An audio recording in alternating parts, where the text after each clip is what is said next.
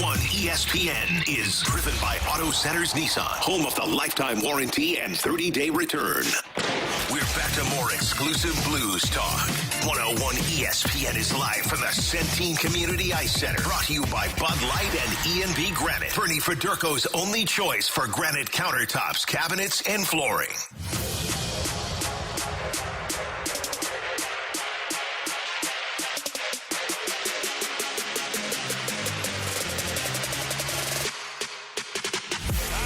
It over to Sundqvist, throws it into space. Kapanen, shorthanded break, shoots, score!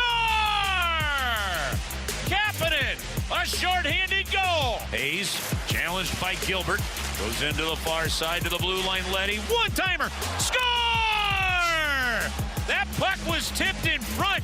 2-0 Blues on a one-timer from Nick Leddy. Sundqvist slaps it to the empty net, score!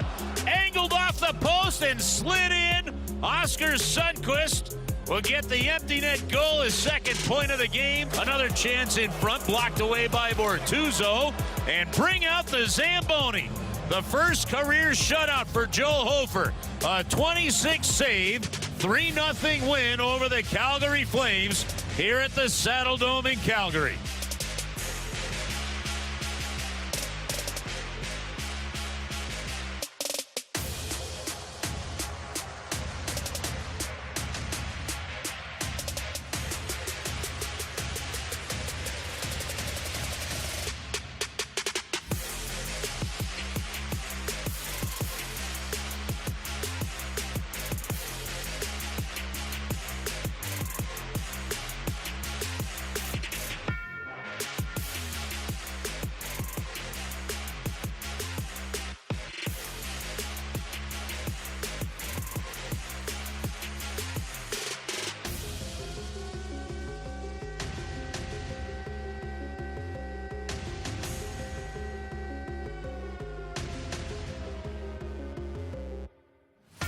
Side, okay, Perunovic, you're going to get an opportunity. We're going to put Bortz in there. We're taking Tyler Tucker out. You're going with your backup goalie on the road in Calgary against a team that is backs against the wall as well. And they were talking about how this is a must-win game for them. Yeah. So both of these teams were desperate. And you were the one that ended up coming out and looking like the clear-cut, no doubt about it, better hockey team. It's the first time this year, Alex, that the Blues at least matched their opponent in shots at 5-on-5. It was the first time this year that they have outchanced them at 5-on-5, and their 11 high-danger opportunities at 5-on-5 was a new season high. This was an actual good performance by the Blues, and I'm going to be honest with you, Alex. We talked about how they've looked better at times this year. I think this was the first time they looked like a legitimately good hockey team to me. There was no doubt about it. Underlying numbers, the actual numbers, all of them showed it. Blues were the better team on the ice last night. Credit where it's due. They responded. Yeah, I mean, look, this was another one of those games that could have snowballed, and give this team credit when they have one of those bad outings. They did it against the Arizona Coyotes, and frankly, that Winnipeg Jets game was the prototypical Blues game where you played fine, and then one dumb mistake in the third period leads to the other team taking the lead, and you never fight back. To add on to those first times for you, it's the first time you they did outshoot their opponent, and then the NHL just added an extra shot in there. But they had 10 shots to 9. But it's the second time this season that they outshot their opponent in the third period. And to me, that was the bigger part where I looked at it and I said, man, yeah, this is a good win for them because you were up by 2 goals against a team that said this is a must-win for us. And you outshot them 15-13. You found ways to weather the storm. You found ways to kind of punch back. The first 3 shifts of this game, we saw each line have sustained offensive zone time. You won puck battles. You moved it up to the blue line. You got a goal from your defenseman. This was the game that Craig Berube has been saying they need to get to for the last 3. Puck possession, time in the offensive zone. Stop making the fancy passes. Now, maybe they made a little too many of those, but when you had your opportunities to capitalize, you did. Kyrou misses a breakaway. Fine. Kapanen gets that one back for him. They score with bodies in front, and then you cap it off with the empty netter. Special teams, you were tight. Face-offs, you were good. This was an all-around really good victory, the best win that they've had this season. Now, I'll put a little caveat in there. It was against a Flames team that has been going through some things right now. Like this Flames team, we talked about it yesterday, the prototypical St. Louis Blues last year team.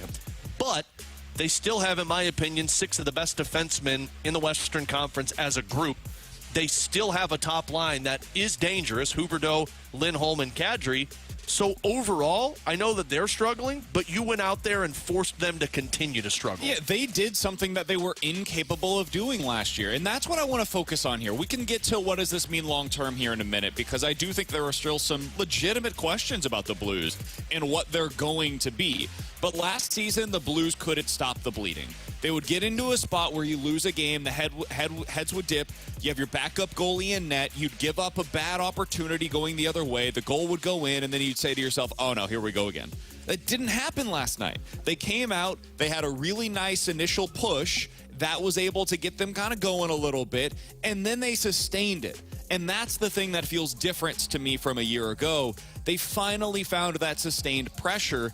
Meanwhile, on the other side, you see Calgary doing what the Blues did last year. Calgary has lost now 6 of their last 7 games. They have lost 4 in a row. This is a team that looks completely hapless. They have no identity whatsoever. They don't do anything particularly well. They've got some high-priced veterans that are going to hit the free agency market after the season. They're all being asked on a night-to-night basis, what does this mean for your future? There's a lot going on in Calgary. There's a lot going on that's putting the momentum in the wrong direction for them. You needed to go out there and keep a losing team down, and you did it last night. Now, you got to continue that. It can't be a one-off. So far this year, the theme of the season is lose, win, lose, win, lose, win, lose, win, lose, win. That's going to be a 500 team by the end of the season. That's not good enough to make the postseason. But we're talking about baby steps here, and so far the first big step that the Blues had to take was, can you shorten the valleys? Army talked about that a lot last year, where the peaks were really high, the valleys were really low, and it was sustained valleys in the season. They've done that so far this season. Now, can you sustain some of the winning a little bit longer? That's the next step. You got to stay locked in. You stay locked into the game plan that just worked for you. The reason this team has had the win-loss is because they haven't succeeded in the offensive game plan that they've been trying to accomplish, and you just did it again. This isn't like the Pittsburgh Penguins game where I looked at that and said, like, yeah, you were supposed to dominate there because they had slow forwards. You had Erik Karlsson, who's an offensive-minded defenseman. You should have capitalized on this team. But this is a team that has Noah Hanifin, Tanev. Like, they've got some really good defensemen, and you pushed there. But tonight, against Vancouver on the second of a back-to-back, when you might have emptied that gas tank in that Calgary Flames team, well, you have to fill it back up quick, because this is the ultimate measuring stick, in my opinion, for this Blues team of going out there and finding a way to beat a team that plays almost identical to you. The moment that could have been the head dip moment last night was when Kyrou missed that breakaway. Yep. It was a 0-0 game. Kyrou's got it. Thomas misses the net also, and you're thinking, oh, geez, here we go. That last year team would have said, great, this is happening again. We can't get the bounces. But instead, you kept pushing, and you capitalized shorthanded, and then you capitalized even strength. That, to me, is a better team. I thought Kyrou had another great game last night. Absolutely. Agreed. And I know that the top line did. Those breakaways aren't going in for him right now. They're going to. He's too good of a player to keep missing on these opportunities. He's getting good shots off. It's like a player, we mentioned it the other day. It's like when a player goes through a slump in baseball, they're hitting the ball really hard. Wilson Contreras at the beginning of the season had some of this. Hitting the ball hard is just going straight to defensive players. Eventually, those are going to drop for hits. And when they do, we're all going to look back and say, man, that was a weird start to the season. Good thing that he's able to continue to capitalize. He's playing well enough. He will eventually be rewarded. Yeah, and the biggest thing for me is, can you build this momentum into something? Because, like you said, so far this year it's been win-loss, win-loss, win-loss. Can you build momentum? They've done a good job so far of avoiding the valleys. This could have been one of those games where it definitely started a valley. But you took care of business. A team that I think is probably going to be one of the 10 worst teams in the NHL this year. Took care of business on the road. Tonight's the one for me. Can you build some momentum? That is the one thing that I'm looking for. By the way, T-Bone hates this team. He's not saying it right now, but T-Bone still hates them. No, I'll say it out loud. I'm not a fan. You know, it's kind of boring hockey. It's 500 hockey. Sorry, you don't like winning here. They're not winning. They're 500. I'm sorry. What's that record? By my point. What's that record say right there? Add one right there because I didn't update it. 3-2-1. Thank you. That's 3 wins and 4 points in 6 games. It's not a tie. It's a loss still in overtime. Do you know what they did last year in 6 games? They were 3-3 at this point. That's what they are this year, minus one extra stupid point because of the rule. They had 3 straight wins and 7 straight losses. At least this team has some consistency. I'm going to give them their little teeny tiny flower, their little daffy lion. That is that they didn't go in this little valley because they beat a crappy Calgary Flames team last night. And honestly, what was a impressive performance by the St. Louis Blues. But I'm really going to start giving their roses if they can continue it tonight against Vancouver. Because like you said, that is a team that we agreed coming into the year was in kind of that same elk with the St. Louis Blues, that same tier, stuck in that kind of muddy middle in the Western Conference. Yeah, and we were clearly wrong. They were one of the worst teams in the West. This game is the one for me. It's on a back-to-back. You're going to get your starting goaltender back in. This feels like the game that there should be some sort of, hey, there's some momentum. They went out west. They got points in 2 of the 3 games. They played really well. Now they're coming back home to home ice. It should feel like a night in which I say, man, maybe I was wrong. Maybe they are building a little bit momentum offensively. The defense continues to look good. Tonight's the game that I'm willing to give them their roses for if they can play really well. Alex, man, this isn't The Bachelor, all right? You don't have to hand out damn roses. The difference, by the way, offensively last night, I'm going to just ignore everything that T-Bone just said and finally talk about the Blues. Why are you the way that you are? The Blues, I'm a realist. The Blues defensive core was the difference last night. And I'm not even talking about defensively. Defensively, they've been fine most of the season. That hasn't been the issue. It's the offense that's been a problem. And so the question was, okay, how do you start generating some more offense? How do you put the pucks on the net more often? Well, Craig Berube has mentioned this, and it's a question of can you get the defensemen engaged? He's talked about this the entire time that he's been here in St. Louis. He wants the defensive core to be engaged offensively. They were able to do that last night. The Blues defensive core have finished that game with 10 shots on goal. Marco Scandella actually was tied for the team lead with shots on goal at 5-on-5 with 3 of them. He had 3 shots on goal in the game. The defenseman had a total of 13 shots in the last 3 games combined. 10 shots last night, 13 in the previous 3 games combined. I wonder what changed. They shot it pretty well against Dallas and Seattle. They had 10 and 11 shots in those 2 games early on in the season. And then they just completely went away from it. The defensemen became completely disengaged offensively. They were trying to stay home, and the forwards weren't allowing them to be involved in the offense. That is what has to continue. If this team is going to... They don't have good enough forwards to continuously have this sustained offensive zone pressure to play that way. They have to get the defensemen involved. They've got good offensive defensemen back there as well. Torrey Krug, Justin Falk, these guys can help you. Keep that going, and you're going to be able to generate more offense long term. The whole reason, well, not the whole reason, part of the reason that the Blues went to this zone defense was, of course, to tighten things up in their own zone. But it was also so that you could get your defensemen engaged more in the rush.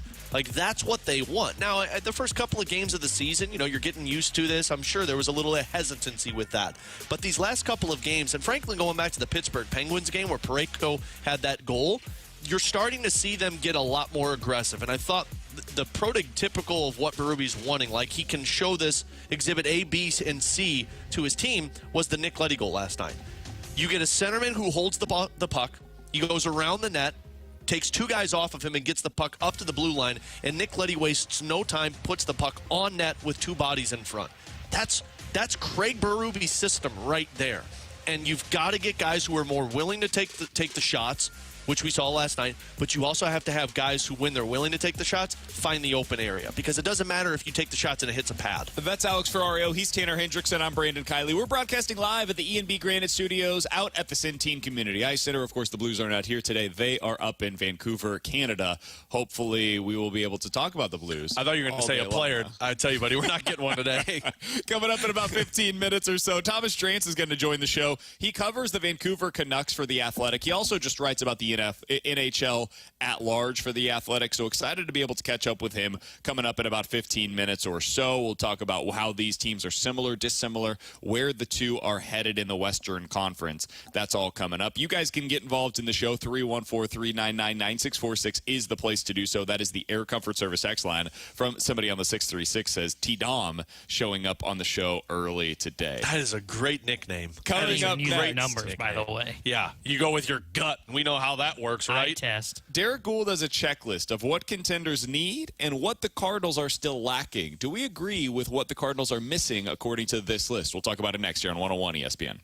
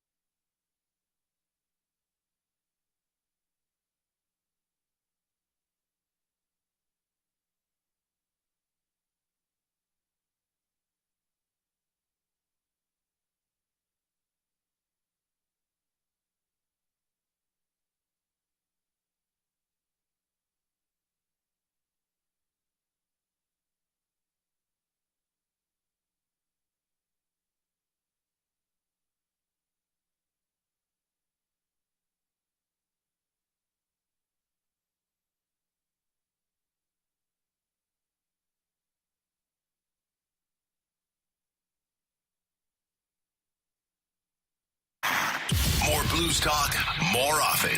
101 ESPN is live from the Centene Community Ice Center. Brought to you by Bud Light and E&B Granite. Bernie Federko's only choice for granite countertops, cabinets, and flooring.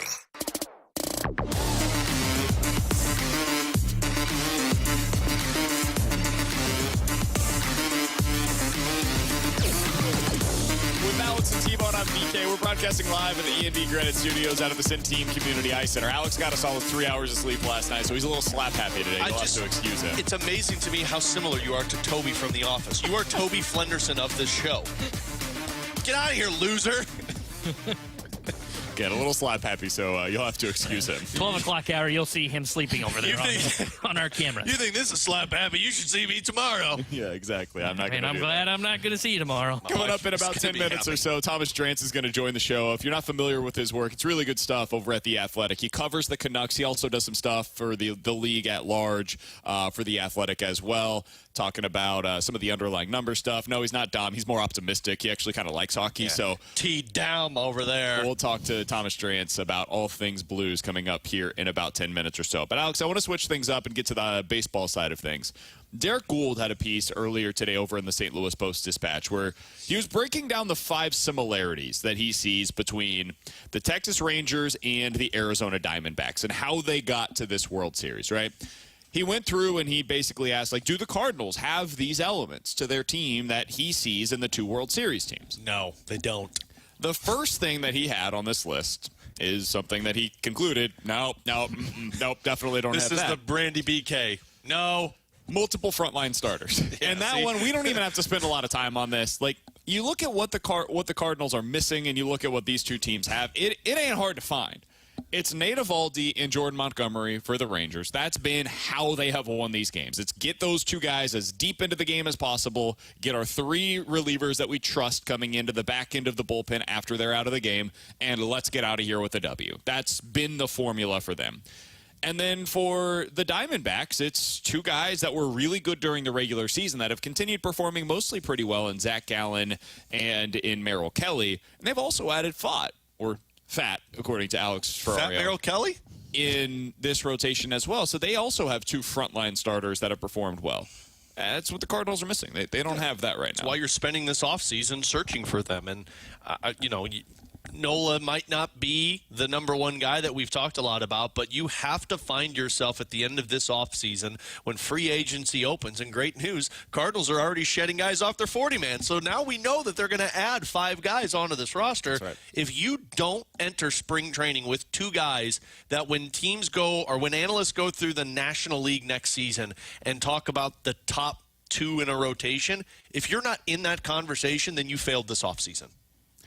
I agree. And that is going to be the single most important factor to the Cardinals this offseason. So go get Nola and Yamamoto. Pitching. If they do that, I will sing their praises to the highest possible degree. They're not going to do that. I got to pull up my Build-A-Wallet and open it up. Number 2 on this list I found to be a little interesting. He said it's a youth infusion. You look across the diamond for both of these teams, and they've got a bunch of guys that are performing at extremely high levels that are either rookies or are very early on in their career. When you look over at the Diamondbacks, the guy that we talked about a lot yesterday is Corbin Carroll. He's a legitimate superstar in Major League Baseball. He's not even 24 years old yet. You look over at the Texas Rangers, Evan Carter is a rookie who's played 25 career games. He's going to end up playing similar amounts of games in the postseason as he did during the regular season. He's reached base in each of the first 11 playoff games in which he has played. And that's just the beginning of the youth movement for both of these teams. He said, do the Cardinals have this? He said, they sure hope so. Walker is just 21. He has a head start on the majors for most players his age. And next summer, the Cardinals are also banking on Mason Wynn. Plus, they are seeing potential help on the horizon with Victor Scott and Thomas Saggese. I think the Cardinals have a lot of youth. Whether you want to, whether it's actually rookies, quote unquote, or guys that are just early on in their careers, I don't think this is a problem for them at all. I actually think this is a place where they do hold up pretty well against a lot of these other teams. Yeah, in terms of youth, they have the youth. Gorman and Walker and Nootbaar and Brendan Donovan, and we're talking about some other guys that could be coming up from the minors. I think the question, and not to read between the lines with Derrick Goold, but the question there is, do they have youth that can do it on the big stage? Corbin Carroll has done it. Evan Carter has done it. You walk through those postseason. We've seen the success that those guys have done. Meanwhile, Jordan Walker, Nolan Gorman haven't even tasted, Lars Nootbaar, Donovan, they haven't even tasted this stage yet. Can they perform the way that these guys have? That's the youth infusion that I don't know if they have yet. And what do they have coming, right? Like, it's not just what do you have, what is next? Specifically on the pitching side, because if we're talking youth infusion, like, look at what they got and fought with the Arizona Diamondbacks. 100%. Like, nobody expected this dude to come in and do that. He had a 6 ERA this season. And he was a top prospect in that organization. Can TK Roby or Tinkins become him? Maybe or not Liberatore next year. Or Thompson. Like, do you have somebody that can be your version of that? You have to have somebody who can. I think Thompson, Liberatore are probably those guys that you hope could potentially take that kind of step next year. I think 2 years when they were hoping for a TK Roby or a Tinkins to be that. But I think they've got I think they've got plenty of youthful guys that can make an impact. And this is why I'm so hesitant to trade Nolan Gorman.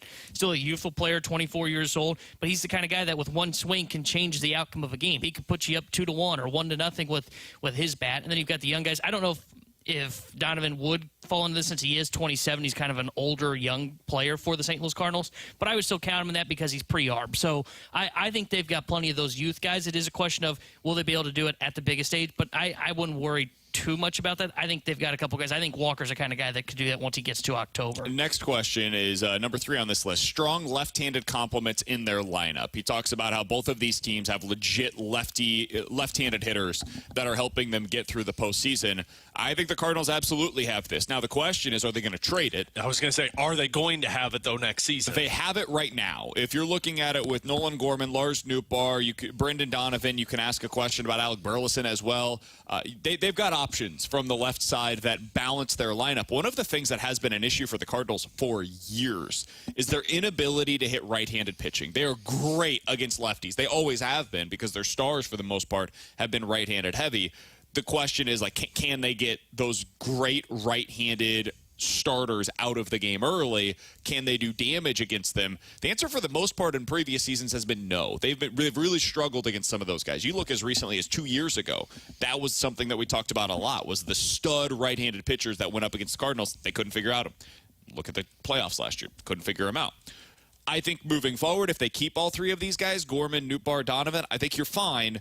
It just becomes a question of, are you able and willing to keep those guys this offseason to spend to fix your problems with the rotation? And I think you lose the left-handed compliments if you trade Gorman. I'm not sure you lose it if you move on from one of Brendan Donovan or Lars Nootbaar. Lars Nootbaar is a whole different issue, in my opinion, because your outfield is going to be in a bad spot if you're not bringing one back in return.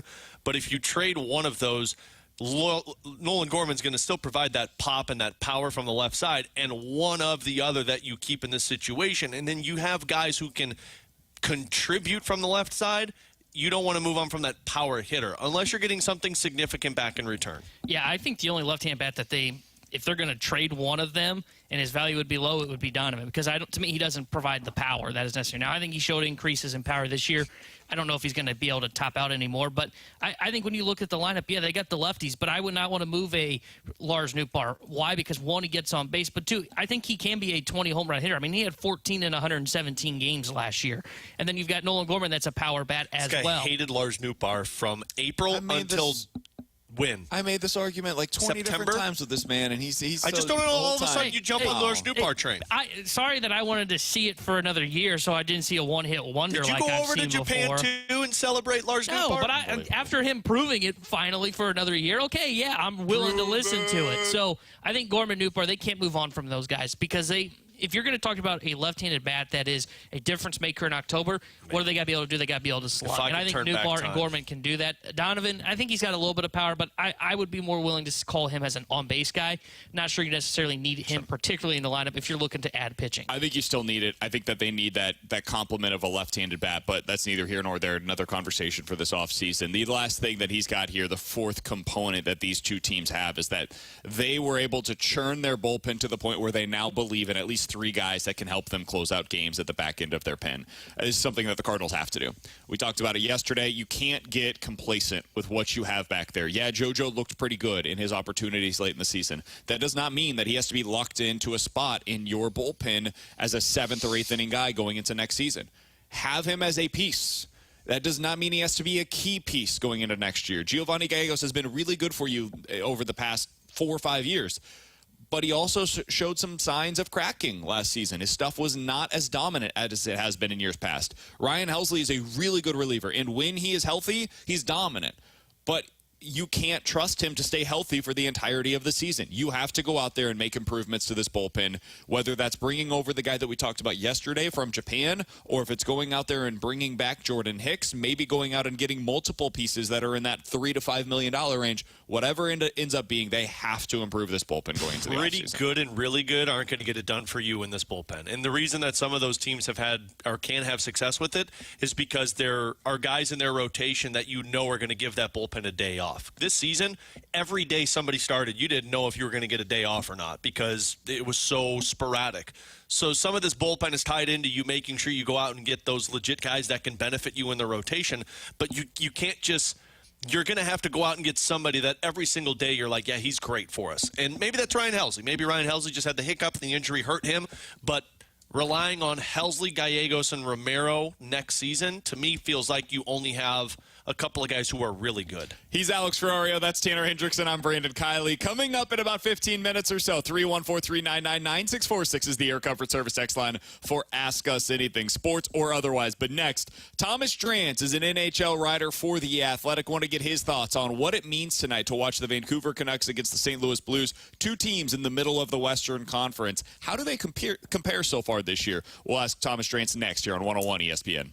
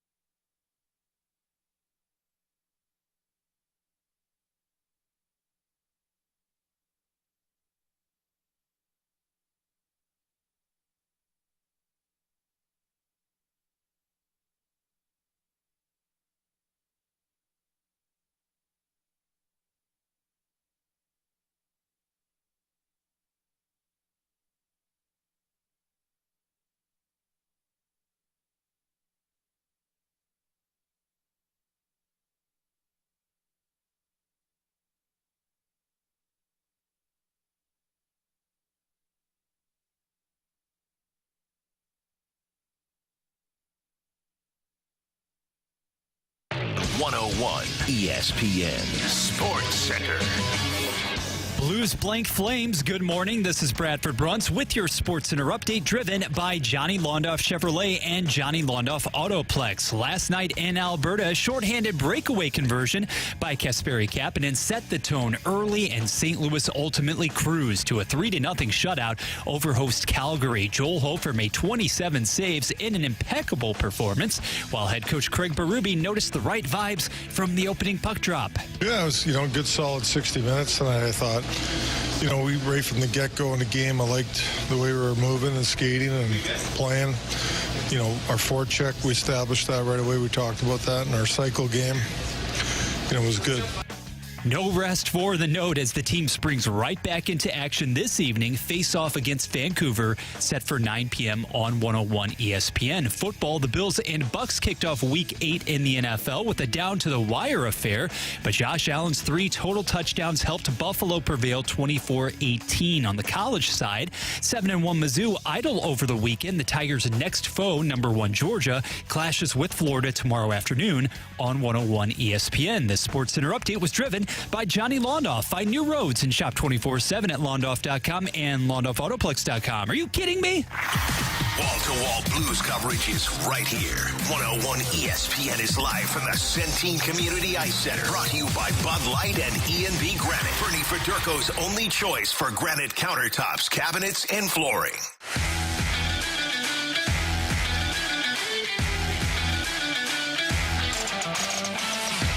Back on BK and Ferrario here on 101 ESPN as we are live at the E&B Granite Studios at the Centene Community Ice Center. Blues back in action tonight against the Vancouver Canucks. And to talk about this matchup, we head to our 101 guest line and welcome in Thomas Drance, who covers the Canucks for The Athletic.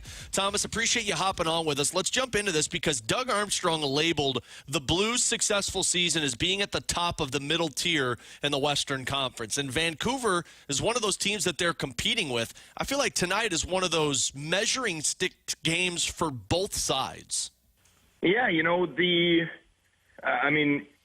asked Rick Tocchet ahead of that Nashville game, right? I pointed out to him that Vegas had the Nashville Predators and the Vancouver Canucks at roughly the same over-under number for points. And he immediately mentioned Nashville and St. Louis as 2 teams that he was eyeing similarly.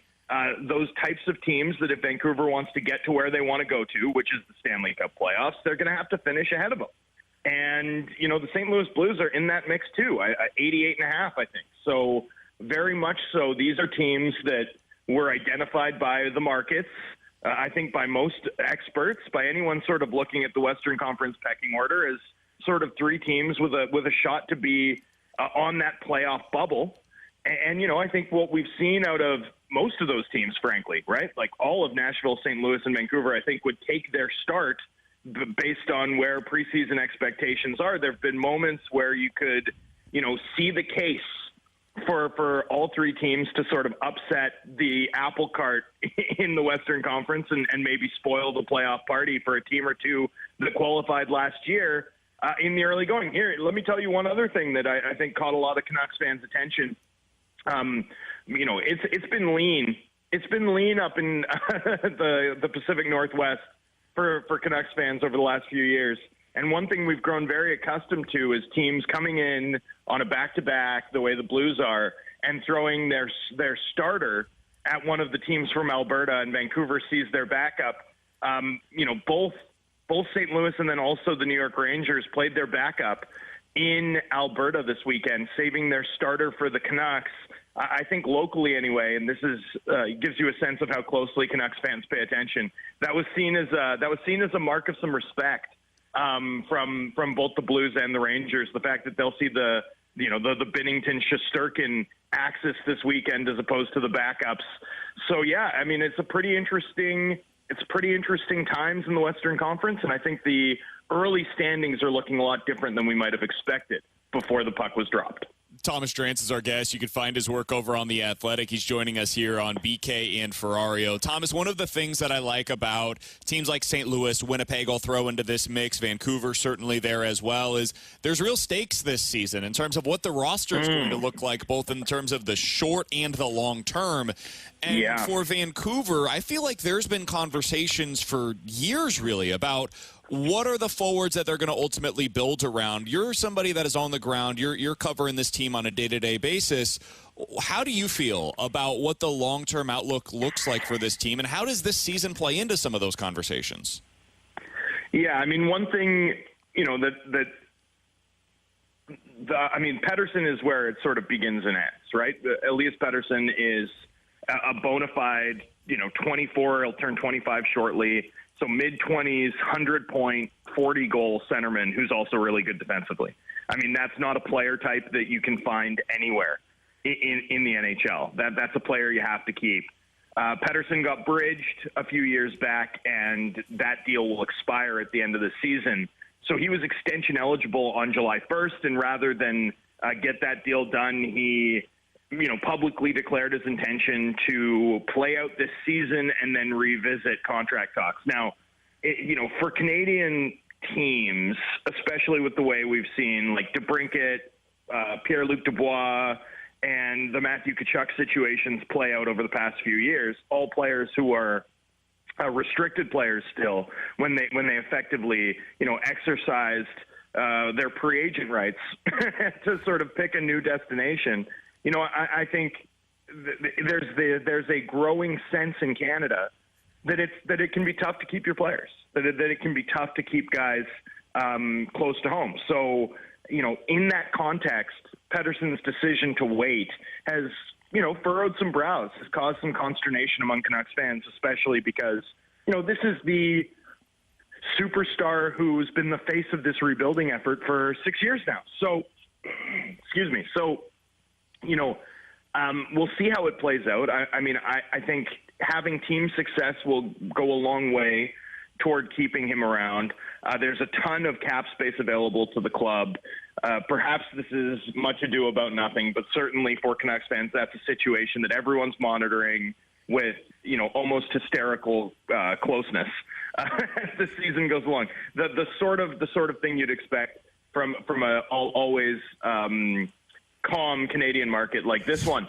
And then some of the other interesting things to track. Filip Hronek's on an expiring deal. The club will have some cap space, but a lot of that money is going to go toward Pettersson and Hronek in particular. This team has continued to push chips into the center of the table, whether it's the Oliver Ekman-Larsson buyout, whether it's a bevy of free agents that were signed this summer. But they continue to really focus on the short term. And I think the question for this team, big picture, it's more than can this be a playoff team this year, although that needs to happen. It's also about, how does this team level up going forward? Because we're seeing in the West, right? It's one thing to get off to the sort of start that the Blues and the Canucks have gotten off to. It's another thing entirely to be the Avalanche or the Golden Knights. And the bar in this conference is exceptionally high. I think that next step, getting to good is fine, but going from good to great is the real trick. How can the Canucks pull that off, especially with all the uncertainty hanging around some of their best players going into this summer? I'm glad you said that, Thomas, because, when I look at Vancouver, and like you mentioned, you got the pending free agents that you got to sign, but when you have a Pettersson, when you have a JT Miller, when you have a Brock Besser, like you've got Quinn Hughes, you've got pieces to go from good to great. When you look at the Blues, because I know you also cover the National Hockey League, do you see pieces there that can take this team from good to great, or do you still feel like there's still some time to be had? I still think the Blues the Blues still need more, in my opinion anyway, that's like young and coming on the blue line, right? That to me is the biggest issue. I see pieces to go from good to great up front. I think Jordan Kyrou is one of the most entertaining players to watch in the entire league. Robert Thomas, obviously, just an incredible playmaker. I see a lot that the Blues have to like for the future up front. It's on defense, and I don't think this is a secret, right? That you can see some players who are getting a little longer in the tooth, some contracts that are not easy to move, as we saw this past summer. And that's sort of where I think the way, for example, like the Vince Dunn, Jake Wallman situations played out becomes a real challenge to sort of undo that, to sort of find that pipeline, to find affordable, high-level contributors on the back end, I think is the trick now for Doug Armstrong and company. And that's not an easy trick to pull off, as we know, given the premium prices paid for defenders. A first and a second, for example, is the prices the Canucks paid to add Filip Hronek to their back end. And there's still major question marks locally about the right side of Vancouver's defense core. St. Louis has a lot to like. There's a lot of pieces there that I think are good now and good going forward. I'll shout out to one of my favorite players to watch in the league, Alexei Torpchenko. Just so much fun to see a guy that big skate around hitting people. Like, I'm really looking forward to seeing that live tonight. So I think there's a lot to like going forward up front for the Blues. But on that back end, I think that's going to be a challenge both for this season and going forward if St. Louis is going to get back to their usual perch contending for a 15-year stretch as we've been used to over the last decade and a half. Thomas, final question that I've got for you is kind of relating these two teams together in terms of the style of play that we've seen from them so far this year. I've listened to your podcast over at The Athletic, so I think I can affectionately call you a numbers nerd kind of like myself. So you look at some of the underlying stuff to find out, okay, yes, the actual goals, all of this looks good, but what does it look like underneath the hood? And for both the Blues and the Canucks, it doesn't look so great so far this year. So as you look at that and you think about, okay, what does this mean long term? Is it a small sample size where this is going to get better and the real results are kind of telling us, hey, this is going to be a good offense? How do you view that stuff early in a season? Yeah, it's still too early. For me anyway, when we're at this point, what I really look at is goals scored for and against, and then shot attempts. And obviously shot attempts are a lagging indicator for both the Blues and the Canucks. That said, these are both teams that I expect to have good to really good special teams. These are both teams that have goalies who you could see getting hot. You could see, we've seen it in Binnington's case, obviously, in 2019, what he did in the second half. We've seen it from Demko for months at a time. I'm sure Blues fans are, have seen it from him too. So, I think the fact is that both of these teams should be able to outpunch or outkick their coverage from an underlying perspective anyway. And it's just 6 games. Like, I don't think we know what the true talent level is of these teams in terms of their ability to control games. And I don't think we will know until they've hit about the 30-game mark. It's about the 30-game mark where I start to talk about a team's true talent level with a little bit more confidence. Obviously, you'd love to see teams outshoot their opponents more often than not, especially when it's only 6 or 5 games and the team's been leading regularly in those games. You'd expect them to get outshot. So I don't think we've seen the true colors for either team 5-on-5 yet. I'm not too worried about the fact that they're both among the bottom teams in the league controlling play 5-on-5. I think there's a variety of reasons for it. And I think the truth of these teams will effectively reveal itself in time. One other factor to consider here, Craig Berube and Rick Tocchet, close friends, extremely close friends, and I think share a lot of ideas about how hockey should be played. So in both teams' case, and something to watch for tonight, you are going to see a lot of that extra pass, right? You're going to see the defensive work rate. You're going to see the emphasis on, neutral zone structure, squashing plays along the wall, all that classic stuff. But you're also going to see teams that I think are willing to pass up good shooting opportunities to create better shooting opportunities. Teams that really care about being opportunistic with the chances they get. That can often make for entertaining hockey, but aesthetically pleasing hockey. So I'm expecting 2 pretty skilled, hardworking teams to maybe produce a couple of highlight reel goals each way tonight. Maybe Berube and Tocchet won't love that, but I think we might enjoy it. That's Thomas Drance, who joined us a little bit ago, talking about what he expects to see from the Canucks and the Blues tonight. Shout out to him. Thanks for hopping on the show today. Alex, I find this matchup to be incredibly compelling because of how closely related these two teams are. They're both battling for a similar spot in the Western Conference. They've both had varying degrees of success so far this season. If you look at the underlying numbers for the Canucks compared to the Blues, they're incredibly similar. Some people will probably look at their record and see, oh, they're having a lot more success for the Blues. Kinda. I mean, if you look at it, 4-2 overall, they've had a really good start to the season. And if you look at their goal-scoring production, it's certainly better than what the Blues have had. But the Canucks are basically a team version of what I talked about last year with Ivan Barbashev. Regression is coming. Their shooting percentage is the highest in the league right now. It's not as if they're getting a ton of high danger chances. That has not been the case so far this year to help boost that to help boost that shooting percentage. They're getting a little lucky. There's nothing wrong with that. You create your own luck sometimes, but I think that both of these teams are eventually going to kind of settle into the same middle portion of the Western Conference. Big game for the Blues tonight. Yeah, I think Vancouver is so similar to the Blues in the sense of they know they have a top goaltender, one of the top goaltenders in the league, and so they've adjusted to that, and so they let the defense kind of take the initial shots, but they keep it away from the interior on the goaltender. So you're going to see very similar defenses tonight.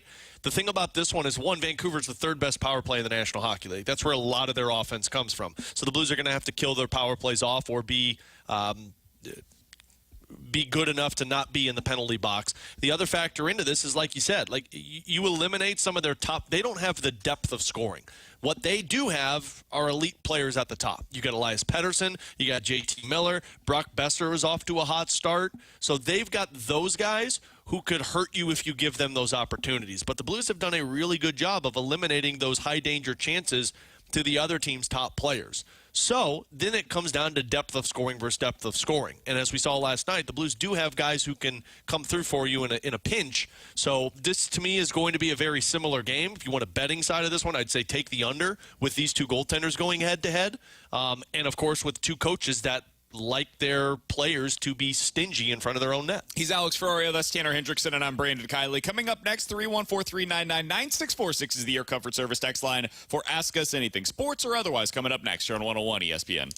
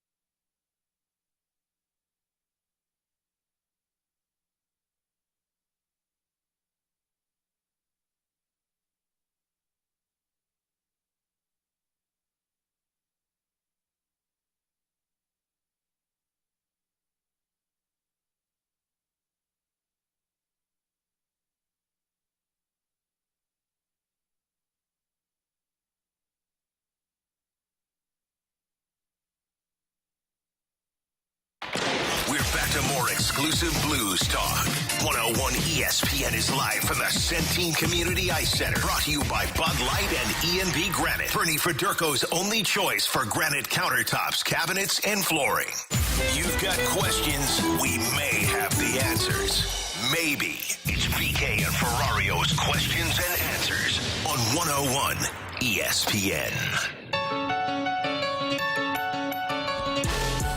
314-399-9646 is the Air Comfort Service text line for Ask Us Anything. Ask us any questions, sports or otherwise. We'll get to them right now here on 101 ESPN. Alex, let's start with this. Is it time for Jake Neighbors to become a permanent member of the top 9 forward group? Yeah.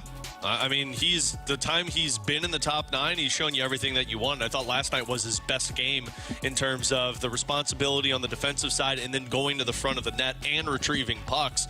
I really think, like, if you go off of pairings, I think Neighbors matches very well with Kevin Hayes. And look, if you can get Jakub Vrana on the same page as what Craig Berube's wanting from him, that could be a really dangerous line. And then a fourth line of Blade, Toropchenko, and Sundqvist could be a really good rotation for them. Hey, guys, what's your go-to food or drink on Halloween night? Chili. I love good chili. My wife makes... We made some chili this week. Did you? My wife made it last night, actually. It was phenomenal. Are you a turkey or a ground beef guy in your She chili? prefers the turkey. I prefer the ground beef. Yeah. So we I'm a lover, not a fighter. So I always go turkey. See, I like chili with ground beef in it. I don't know if I really have a designated meal for Halloween. Like, I don't know if I have one thing that's yours is candy when you trick or treat. Yeah, I mean, that might be my dinner that night. Yeah, but no, I don't think I have a specific one. I am thinking of making a white chicken chili soup, probably Halloween night, somewhere in that range. Dude, he should go as Mr. Feeney. Who? Feeney! Feeney! How do you not know who that is? That's a terrible reference. That's our childhood. I get it, but again, a popular, Your childhood was back when the dinosaurs roamed, okay? Nobody's going to know that. Dude, I told my wife the other day, because we get into conversations about, what the girls are watching, and I told her, I said, at some point I'm going to have Adelaide watch Boy Meets World. That show was awesome. It's good. It's really, really, really good. Are you more of a beer or liquor guy on Halloween night? Beer. I'm a whiskey guy on Halloween. It's a little chilly, a little crisp in the air. I mean, it's supposed to be like 20 degrees next Tuesday. I think it was like 49 degrees. Yeah. I think it was supposed to be are you looking at Calgary, Canada time? No, I'm telling you, it's supposed to be really cold. It's supposed to be like in the mid-40s. I was going to say, it was like 49, I thought. That was the high. A low 30. Oh, Jesus. I'm to the point now where my liquor only comes to the golf course. I like a good Oktoberfest Doesn't make me beer. feel good. I like an Oktoberfest beer see, I don't do during that. Halloween. I just go to the straight Budweiser. That's fair. 314-399. My seltzers stay in the summer. 9646 is the Air Comfort Service X line. I don't know if this is true or not. Probably. Alex, did Chris Kerber say that Jake Neighbors could win a Selkie someday? I didn't hear that. Did he say it on the broadcast last night? I don't know. I like the bold take, though, if it is true. I mean... No, I say let it fly. If he's good defensively... Do you think that he could? No. You got to put up points to win Selkie.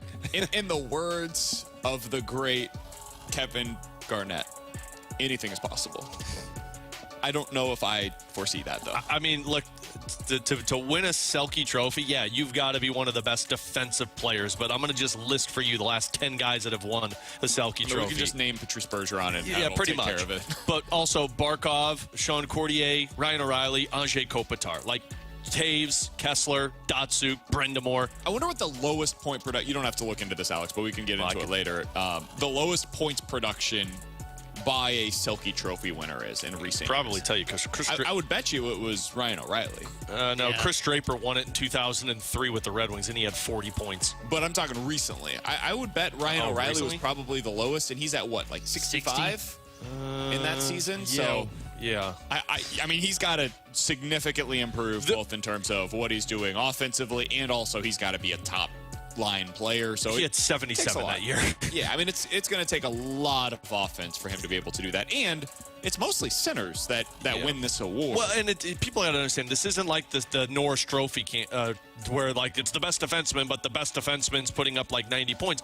Like, the centerman might not be putting up 100 points, but they're putting up significant points while keeping the other team's top players down to a minimum. Sean Courtier from the Philadelphia Flyers won it the year after Ryan O'Reilly, and he had 59 points. So you got to be at least 60 points or more, basically. And he was a plus 21 that season. It's an interesting take, certainly, but it's tough. It's not going to be easy. It would take a lot of development from Jake Neighbors, and that's no shot at him. I mean, we're talking about becoming the best defensive forward in the NHL. And that would be great for the Blues. For Alex and T-Bone, I'm BK. 314-399-9646 is the Air Comfort Service text line. If you guys would like to get involved in the show, you can always watch us live on YouTube as well at 101 ESPN STL. Our YouTube cams are powered by the Air Alliance team. Coming up in about 15 minutes or so, it is the final week of our football pick'em in this month's version of the pick'em. Somebody's getting punished next week. We'll find out who that's going to be over the weekend. We'll make our picks for that coming up in about 15 minutes or so. But coming up next, Alex believes that last night was a sign that Craig Berube can indeed coach the style that this team needs to play. He'll explain why next here on 101 ESPN.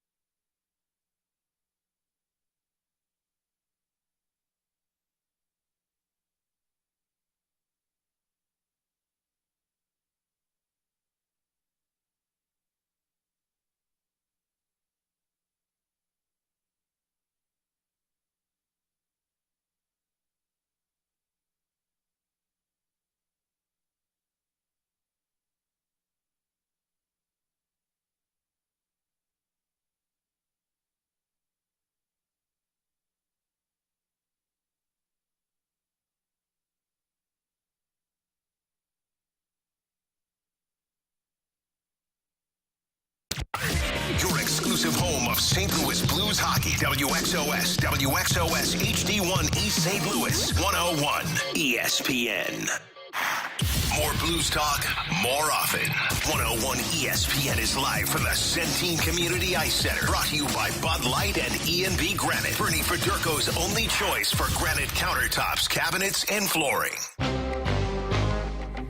I did. I thought that I mostly used Shen's line on a second go around with the three different players, and it seemed to work well. And I thought Bortz added a spark for our team tonight, getting involved physically and just doing little things he does. And Prune was fine for me, moving the puck and did some things. Didn't get a ton of power play time, but he did some good things out there.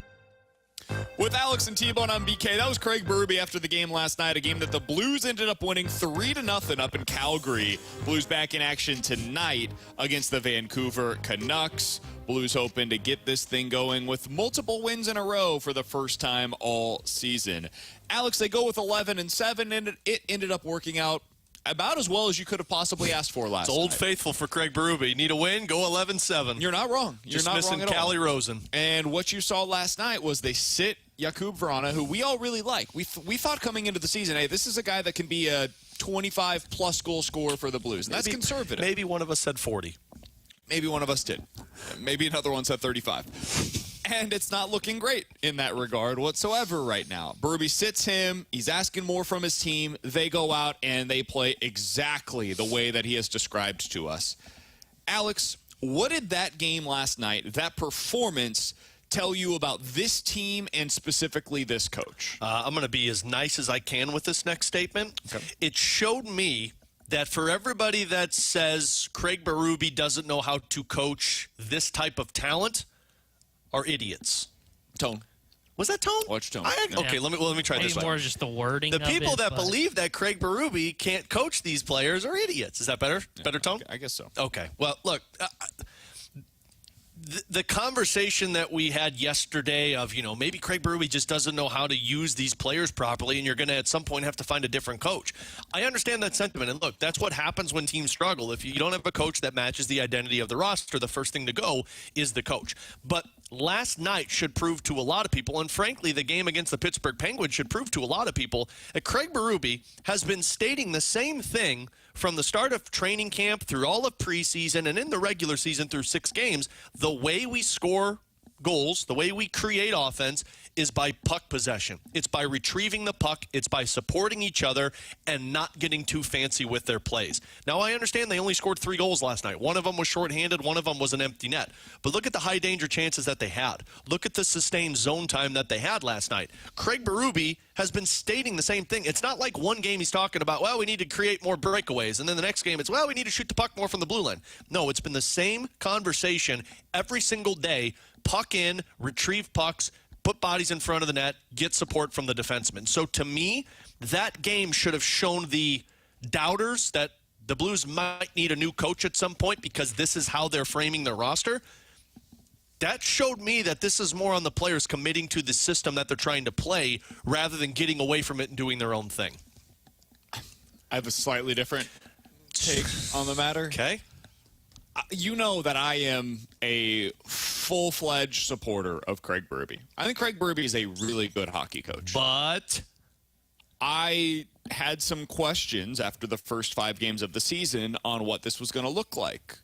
Can he utilize this talent, this personnel, the way that extracts the most value from them? Most importantly, what does it look like when you've got Jordan Kyrou and Robert Thomas, and those 2 guys are the best players on your team with this coach specifically? And what does it look like when some of your highest paid players are also puck-moving / mobile defensemen that maybe don't play the same style as what this team did during the Stanley Cup run? Can that be a sustainable winning formula with this coach playing the way that he wants to long-term? Last night showed me what it can look like when they play the system correctly. My lingering question that remains that cannot be answered by any one individual game, it doesn't matter if it's against Calgary, Colorado, anybody, that I want to see the rest of the season is, can you play that way consistently? Yeah.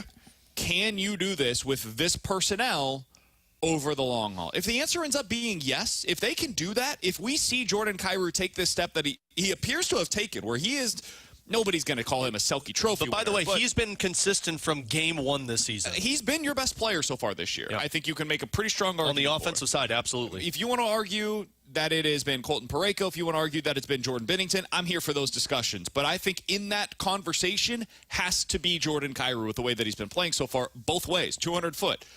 Robert Thomas, I don't feel that way about. Last night, I think he was better. I still think that some people are overstating how great he was last night, but neither here nor there. He was good last night. He was noticeable. I want to see that for a 10 to 15, 20 game stretch before I'm willing to say this is definitely the style, this is definitely the coach, this is definitely the way that they're going to be able to play over the long. But the thing about it is, like we talked with Julian McKenzie yesterday from The Athletic, and it's not like they're the only team that's doing this and everyone else is playing a different style of hockey. All teams are looking at the system the same way that Craig Berube is, hey, Vegas just did this. We need to find a way to capitalize on this. And sure, you're coaching to your roster, but I would also say the people that look at this team and say, well, you can't get the best out of Jordan Kyrou. Look, he's only got one goal in the season. Guys, I'm not viewing it that way. No, I know, but what I'm saying is the last 3 games, he's had a breakaway in each one of them. He scores a goal in every situation. We're probably talking about another victory, so the schedule's different, but we're also talking about a guy who's got 4 goals and 6 points in 6 games. Sure. And we're looking at this as, wow, Craig Berube got the best out of Jordan Kyrou. So my whole thought process with this was, look, I understand, and everybody that goes down the path when things are going poorly is, oh, well, you got to get a different voice in there and a different coach in there. I think the coach makes the most sense with this roster because he knows how to get them to buy in. You ask the perfect question. How do you do it consistently? And I don't know if I go to the coach. The coach is the one that gets the blame on that. I go to the players in that locker room in that certain circumstance. Agreed, but you've made your bed now. You have decided our 2 players that we're betting on long-term are Robert Thomas and Jordan Kyrou. And if you're going to bet on those guys long-term, then I need my coach to be lockstep with them, man. I need to make sure. And by the way, you've bet long-term on Doug Armstrong. He's the guy that's going to see this through. And if Doug Armstrong keeps bringing in these same style of players, which he seems to be doing, with a guy like Jakub Vrana coming into the mix. Kasperi Kapanen, who is more of a speed player. Sometimes we kind of like talk about him as this 200-foot player. He's mostly a speed guy, a rush guy, but neither here nor there. If he's going to continue bringing in this style of player, I've got to have a coach in place that's seeing the same vision with my general manager. If I'm seeing him continue to bring in these puck-moving defensemen, mobile defensemen that don't have the same reach, don't have the same size that he has been over the last few years, giving them long-term contracts, big money, no trade clauses, well, then I need everybody to be on the same page as to what that means in terms of our style of play, both offensively and defensively. It came into the season, and it felt like, okay, everybody's on the same page now. And then 5 games into the year, Jakub Vrana's up in the press box once again. Maybe that's just a Vrana issue. Maybe that gets corrected. I don't know what the plan is tonight, if they're going 11-7 again, if Vrana's going to be back in the lineup, what is going on there. But that is something that I do have my eye on. I do want to continue to see moving forward. I like Craig Berube. I think he's a good head coach, whether it's here or elsewhere long term. I think he's going to be successful because I think he is a guy that gets the most out of most of his players. I do wonder, is there one style of play that ends up working out best for him? I have argued the other side of that for a long time. This year, I'm starting to wonder if that's not the case. Last night was a good step in the right direction. Yeah. We need to continue to see that, though. Yeah, and if you've ever had optimism about Berube, it's the fact that you're getting the best out of a group of defensemen that everybody in the NHL looked at and said, well, you're going to be bad again because you got the same 6 defensemen. I mean, I thought Torrey Krug played his best game of the season last night. Colton Parayko has been sensational. Nick Leddy looked really good last night. You're getting the best out of guys that last year people were saying, well, you're stuck with these guys for the next 4 years. For sure. He's Alex Ferrario. That's Tanner Hendrickson. I'm Brandon Kiley. Coming up in about 15 minutes or so, what can the Cardinals learn about their offseason needs by the rotations that are playing right now in the World Series? We'll discuss that and what it means for the Cardinals on their wish list coming up in about 15 minutes or so. But coming up next, let's get to our football pick'em. The segment that we all dread. Last week, we went 0 for 9 in this segment. Can we do better this time around? God, no. Please allow us to do so. We'll get to it next here on 101 ESPN.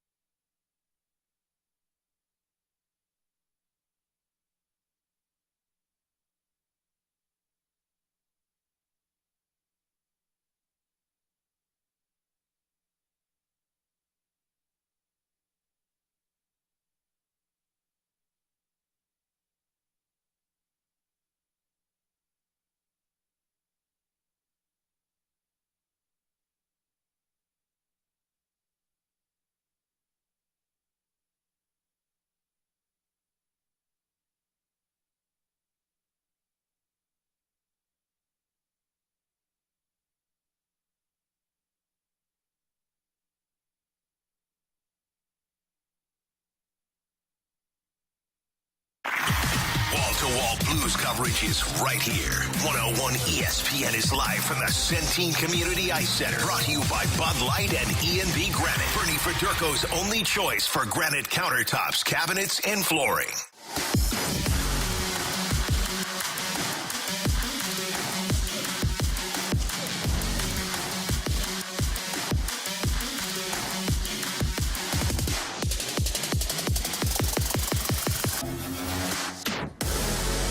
Alongside Alex Ferrario and Tanner Hendrickson, I'm Brandon Kiley. You got BK and Ferrario here on 101 ESPN. It's the segment that everybody enjoys listening to because you guys get to make money. And by doing so, all you have to do is just fade every one of our picks. Last week, Alex, T-Bone, and myself went a combined 0-9 in our pick'em. Now, technically, You bring it up too much. Technically, we only picked 7 different games. Yeah. So we really went 0-7. But if you had put together a parlay with all of those picks against what we selected, I don't know what the exact odds would have been, but I would guess you probably could have made about $1,000 on a $10 wager. Oh, man, that would have been more than $1,000. So it wouldn't have been a bad way to go about it. So if you want to do that, if you want to put together a round robin, you could maybe do that. If you want to put together a teaser, there's a bunch of different ways you can fade our picks. You got a gambling problem. Certainly do that going into the weekend. Alex, nope. We will start with you, my friend. No, I'm last place. I start last. Okay. Start with T-Bone. That makes T-Bone, sense. you're in first place. This is the final week of our Pick'em Challenge. For those that are new here, we get 3 picks every weekend. You get them on a scale of 1 to 3, 3 being the most confident pick going into the weekend. T-Bone has 6 points. I have 6 points. Alex has 5 points going into the final week of this Pick'em Challenge. And the punishment. Somebody next week will be eating baby food at the end of every 4 hour. spoons an hour. T-Bone, what do you got for us for your 1-point game? So my 1-point play, I'm going to start in college football, and I'm going to probably go with the best game of the weekend. I'm going to go with the Oregon Ducks minus 6.5 at the Utah Utes. Quack, quack, because I think Oregon's the better football team. You got the backup quarterback still there, and Utah with Rising's been being ruled out for the season. I think Oregon, offensively, they may struggle against this defense, but I don't know how Utah's offense is going to be able to keep up. So I like this because it's not a 7-point spread. I think they can win by a touchdown at minimum, so give me the Ducks minus 6.5. Like that pick.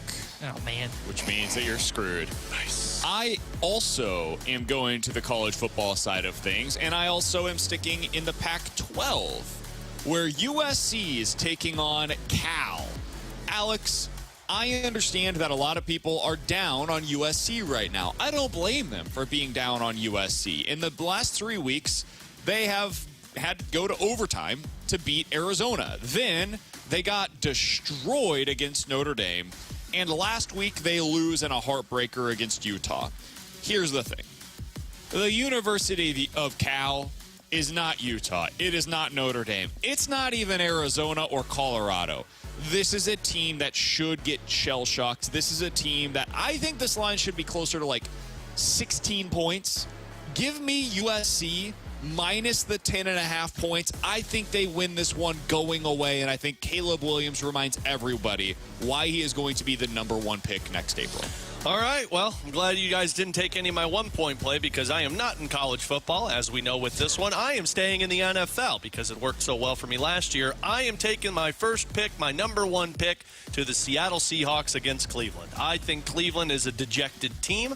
I think Cleveland is pissed off that their quarterback now has some type of fibulosis or something with his arm.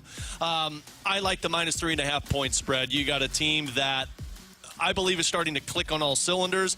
I don't know if they're getting DK Metcalf back. I know Tyler Lockett was questionable for Sunday's game, but we just saw the best of Smith and Jigba in that last week. So I think Geno Smith and that offense is going to be able to handle Cleveland, and I don't think Cleveland's going to get any offense going. So Seattle minus 3.5 is my 1-point play. As of yesterday, Tyler Lockett, Kenneth Walker, both no practice for either of them. And DK Metcalf, it looks like will probably be able to play this week. Yeah, my concern with that one is the Cleveland defense needs a rebound game, and I can see where they can cause some havoc on Geno Smith. And then with it being a 3-point game, I can see this thing coming down to a field goal. So 3.5, by the way. Yeah, well, that hook and it being 3 scared me. So my 2-point play, I'm going to go and stick into the NFL like Alex was. Man, you know I hate picking against the boys.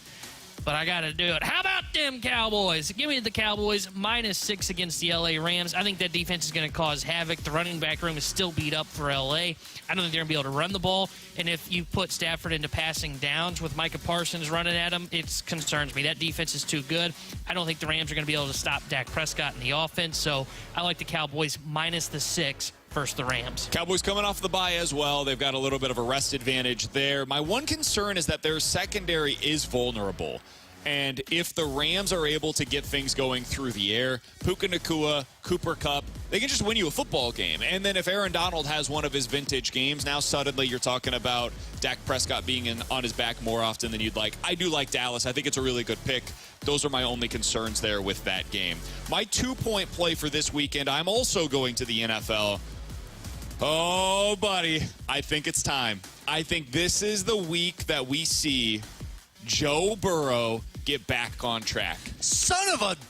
I think this is the week that we finally see him look healthy. Now, it didn't go well for the Bengals offensively against Seattle prior to the bye week. It didn't matter because our guy, their defensive coordinator, was able to find a way to make Geno Smith and that Seahawks offense look vulnerable.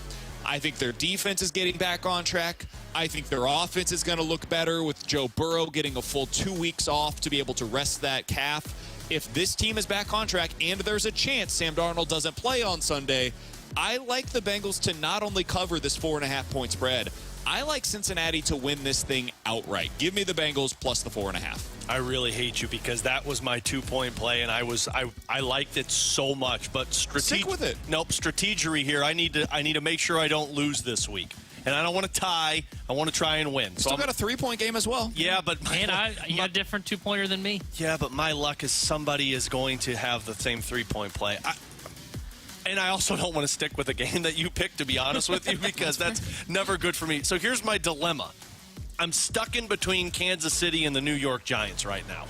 Oh, well, I can tell you. You want me to go with my 3-point play real quick? Yeah, please. Maybe that'll help you out. It will.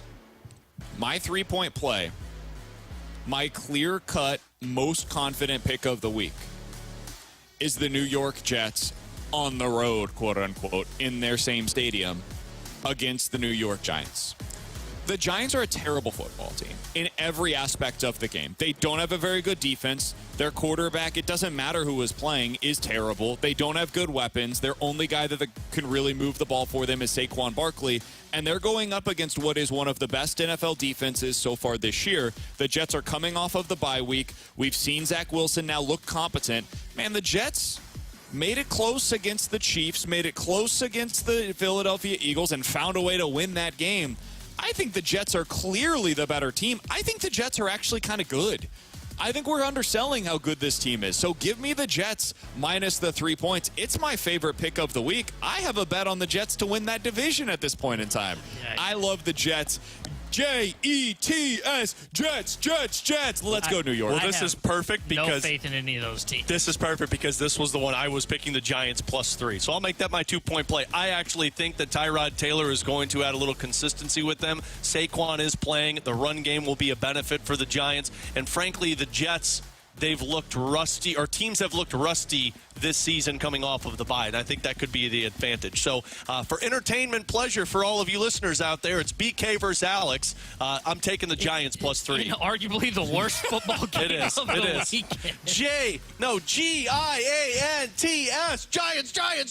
I don't even believe because you almost spelled G. Yeah, I almost blew it on that one. But the Giants are my 2-point play. T-Bone, what do you got? All right, my 3-point play. I'm not going to say the famous quote that always gets us in trouble. Yeah, that's true. Don't do it. But I am a little confused as how the Jaguars only 2.5 on the road at Pittsburgh. That essentially means this is a pick 'em in Vegas size. Typically, team gets about 3 points at home. I think Jacksonville's a better football team. And it typically takes. It doesn't mean that. It means that if the Jaguars were at home, they would be an 8.5-point favorite. But whatever. Man, I hate this guy. But he is so Toby. I know. He is Toby. I don't even know who Toby is, but he is What's Toby. What's the damn show? If the Jaguars were a 2.5-point favorite at home, it would say that it was a neutral side even. I like Jacksonville minus 2.5. I think they're a better football team than the Pittsburgh Steelers. It always takes Kenny Pickett a half to get things figured out. Hopefully that's enough for the Jaguars to really get this game opened up. I don't see how they don't cover this one. I like Jacksonville minus 2.5 at Pittsburgh. Alex, it's your final one. Oh, My yeah, three picks so are mine's USC, the clean Bengals, then. and the Jets. Mine's clean then. Okay, this is the one I'm most confident in. It is Miami minus 9.5 at home against New England. Bill Belichick and Mac Jones, enjoy the week where you feel like you're good again because you're going to be terrible. Mac Jones this season, or no, in his career, he's 3-14 as an underdog, 2-7 on the road. Meanwhile, Tua is 17-5 when his team is a favorite, 11-1 when they're on home field. I think after a bad week offensively for Miami, they're going to just exploit the hell out of a New England team that thinks they're good. And defensively, I don't see New England getting anything going. I really like this pick. The only reason I stayed away from it was kind of the same reason, BK, when we were talking before the show, why you're staying away from the Chiefs -7 against Denver. Feels like a trap game. Got to go over to Germany, going to play the best team in the AFC and the Kansas City Chiefs. Only reason I'm concerned, but I do like the logic because New England's terrible. Miami's arguably the second best team in the AFC, and I don't think New England can repeat 2 weeks in a row beating some of their top contenders in the AFC. So those are our picks. All right. Going into the weekend. We're due. Due factor. T-Bone 9-0. I like it. has 3 favorites. How about 6-3? Let's let BK loose. Oregon -6.5. The Cowboys -6. And the Jaguars -2.5, who, if they were at home, would be an 8.5-point favorite. That is T-Bone's 3 picks of the week. Toby. I've got USC -10.5. I've got the Bengals as a underdog against the 49ers. I like them to win outright, but I've got them at +4.5, and then I've got the Jets -3. Alex going the opposite side of that Jets game. He likes the Giants +3. He's got the Seahawks -3.5. That hook feels like it's going to be important. Giants, Giants. You messed it up again. And then the Dolphins minus Jay. the 9.5. He did. Those are our picks going into the week. If you'd like to fade us, if you'd like to follow us, feel free to do so. Give us a follow. And go ahead and send Smash that like button. Send those bet slips to us on Twitter as well. Yeah, and if I they want all to see what you guys are up and if to. they all fail, like you follow BK and he goes 0-3, he'll pay for your bet slip. It's true. He'll give you your money back. So you throw $5,000 down on a bet, do it. I'm going to see what a fading us bet slip would look like. I'll go ahead and give you the odds on that coming up in the next And segment. PK will pay you back. Also coming up next, what can the Cardinals learn about their offseason needs by the World Series rotations? We'll get to it next here on 101 ESPN. Toby is in HR, which technically means he works for corporate, so he's really not a part of our family.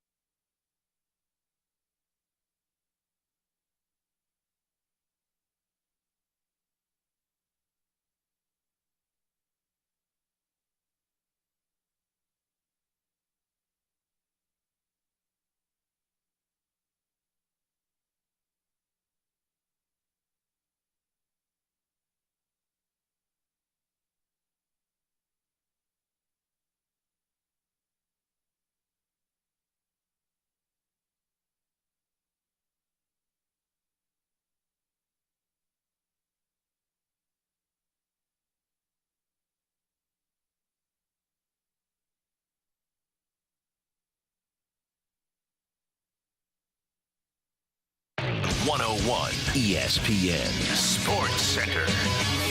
Hofer snags shutout number 1. I'm Bradford Bruns, and this Sports Center update is brought to you by Saliga Heating and Cooling. Joel Hofer's second start of the young season produced a career first. The Blues' 23-year-old netminder stopped all 27 shots in last night's 3-0 blanking of Calgary. Kasperi Kapanen, Nick Leddy, and Oscar Sundqvist tallied goals for the Note, and it's a quick turnaround tonight.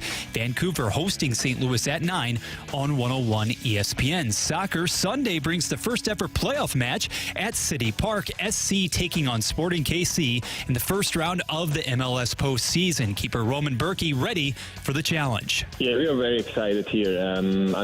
Focus is since a couple of weeks already on focus on the playoffs, and I think you could see that maybe the results weren't as good because we were thinking ahead a little bit, which shouldn't be, but I think we're going to be ready and well prepared for the first playoff game. You can hear Berkey's full chat with the opening drive now up on 101ESPN.com and available via the 101 ESPN app. This Sports Center update was brought to you by Saliga Heating and Cooling, an independent American Standard heating and air conditioning dealer. We're back to more exclusive Blues talk. 101 ESPN is live from the Centene Community Ice Center. Brought to you by Bud Light and E&B Granite. Bernie Federko's only choice for granite countertops, cabinets, and flooring. But it was Eovaldi and Montgomery. That's the key. Eovaldi pitched a minimum of 6 innings every start so far and got into the 7th inning in 3 of his 4 starts. And Montgomery only had the one start where he didn't get you into the 6th inning. Your other starts were Scherzer, 4 innings, 5 runs, 2 2/3, 2 runs. Heaney, 3 2/3, 1 run, 2/3 of an inning, 3 runs. The games they won were those 2 starters and their main 3 relievers. If they have to expand that circle, they might be in trouble. That was Jeff Joyce on MLB Network Radio talking about the Texas Rangers rotation. They've been leaning heavily on 2 starters, and if we're honest, so have the Arizona Diamondbacks for much of this season. Now, that's changed a bit in the playoffs, where Alex's favorite pitcher, Pfaadt, has been great for the Arizona Diamondbacks. He was really the swing man when it came to whether or not the Diamondbacks were going to be able to win that series against the Phillies. He flummoxed that lineup from start to finish. Both of his opportunities, it went really poorly for the Phillies lineup. Alex, when you think about what these rotations can be in terms of a formula that the Cardinals can follow going into this offseason, I think it's about the two-headed monster that has to be at the front end, right? We've talked about this a lot, but all of the teams that we've been discussing, they all have this same idea, the same criteria of 2 guys you can really lean on. So I wanted to take a little bit of a deep dive into what that means. Jordan Montgomery and Nathan Eovaldi, Zach Gallen and Merrill Kelly. Who are these guys? Where can the Cardinals find their versions of these starters? Wake me up from this lecture when you're done. It's no lecture. Over the last couple of seasons, Jordan Montgomery has been 25% above average if you're looking at his ERA+. That adjusts for ballpark. It adjusts for a bunch of different factors. 25% above league average. Nate Eovaldi, 17% above league average over the last 2 seasons. This is during the regular season. Zach Gallen has been 38% above league average over the last 2 years. That guy's a stud. That one stings. And Merrill Kelly has been 25% above league average. So you're talking about somewhere around that 20 to 30% above league average range. It's kind of where the top-end starters for these 2 teams have resided over the last couple of years, right? So as I was looking at, okay, what does that mean for this current offseason? Where can you find these guys on the free agent market? I'll give you some of the free agents and where they land in this regard. Aaron Nola's 10% above league average over the last 2 years during the regular season. Blake Snell, 45% above league average. Eduardo Rodriguez, just about 20% above league average over the last 2 years. Sonny Gray, 42% above league average over the last 2 seasons. And then your guy Lucas Giolito, T-Bone, is 14% below league average over the last 2 years. He's not my homie anymore. It's pretty clear it's that top 4, and then it's everybody else that you could go out there and acquire. Nola, Snell, Rodriguez, Gray, any of those 4 basically fit into the criteria that we're talking about here, Alex. When you see in firm numbers, black and white, what you need to be able to get to this spot, Does it make you more confident? Does it make you less confident? How does it make you feel about where the Cardinals are at and how difficult it will be for them to get to where both the Rangers and the Diamondbacks are with their rotation? I think seeing Sonny Gray's number makes me a slight more confident, but overall, I kind of where I'm at and where I've been at. Like, Nola and Gray are the two to pursue right here. Now, obviously, Yamamoto doesn't have these numbers because he hasn't been in the U.S. You hope that he's going to be kind of in this category. And then if you decide to go trade route, but let's go down the path that none of those happen, and you got to do these signings. Nola and Gray even themselves out to be somewhat what Jordan Montgomery and Nathan Eovaldi are. And that, to me, is the best-case scenario. Like, sure, the 46% above league average with ERA plus with Blake Snell is great, but I'm very concerned that that doesn't last or translate well with this Cardinals team, especially if Wilson Contreras is your catcher. Eduardo Rodriguez, sure, that looks nice, but he's also pitched like 100 innings less than most of these guys. And then Lucas Giolito, I mean, I'll walk away from that one. So Gray and Nola even out to be what this two-headed monster that you're seeing right now in the World Series are, and that's why those would be the two I'd pursue, and also hope that I can make some type of significant trade to create a three-headed monster. T-Bone, I want to get your thoughts on this here in just a second, but to stick on the Nola part of this, one thing that Nola has that we have seen from Montgomery and Eovaldi and really Merrill Kelly as well is the ability to get deep into games. That's been part of the formula, especially for the Rangers, where they're pushing Montgomery and Eovaldi late. They want to get them sixth, maybe even into the seventh inning at times, so that way you can have basically a night off from that middle portion of your bullpen. You don't have to worry about those guys giving up the game in the postseason. You can just go to the three guys that you trust for the 7th, 8th, and 9th. That is something that Nola has in common with those guys that really nobody else on this list does. Snell, Rodriguez, Gray, Giolito, any of the other free agents that you're looking at, most of them in the postseason would be closer to a 5-and-dive type of a starter. Nola's really the only one on this list that gets deep into ball games the way that these guys do. But T-Bone, when you hear this, you see what these guys are, around 25% above league average pitching-wise. What does it mean to you in terms of what the Cardinals need to get to? I think it shows you that I don't think this is necessarily a one-off between guys like Montgomery and Eovaldi, the Gallons and Kellys. I would throw Gallen as an ace, but I think you could have multiple guys that can be like 2A pitchers to where they are a number 2 and they're viewed as a number 2 across baseball. But if everything goes right, they can pitch like an ace. Like Montgomery has pitched like an ace this postseason. Let's not put any if and or but about it. He has been like an ace for them so far this year. Eovaldi, kind of the same way. I think it shows me that there's a chance that the Cardinals can build a rotation around an Aaron Nola. Sonny Gray, I think I would listen to into this conversation, but you're right, he probably is more of a 5-and-dive type starting pitcher, as you saw in the playoffs this year.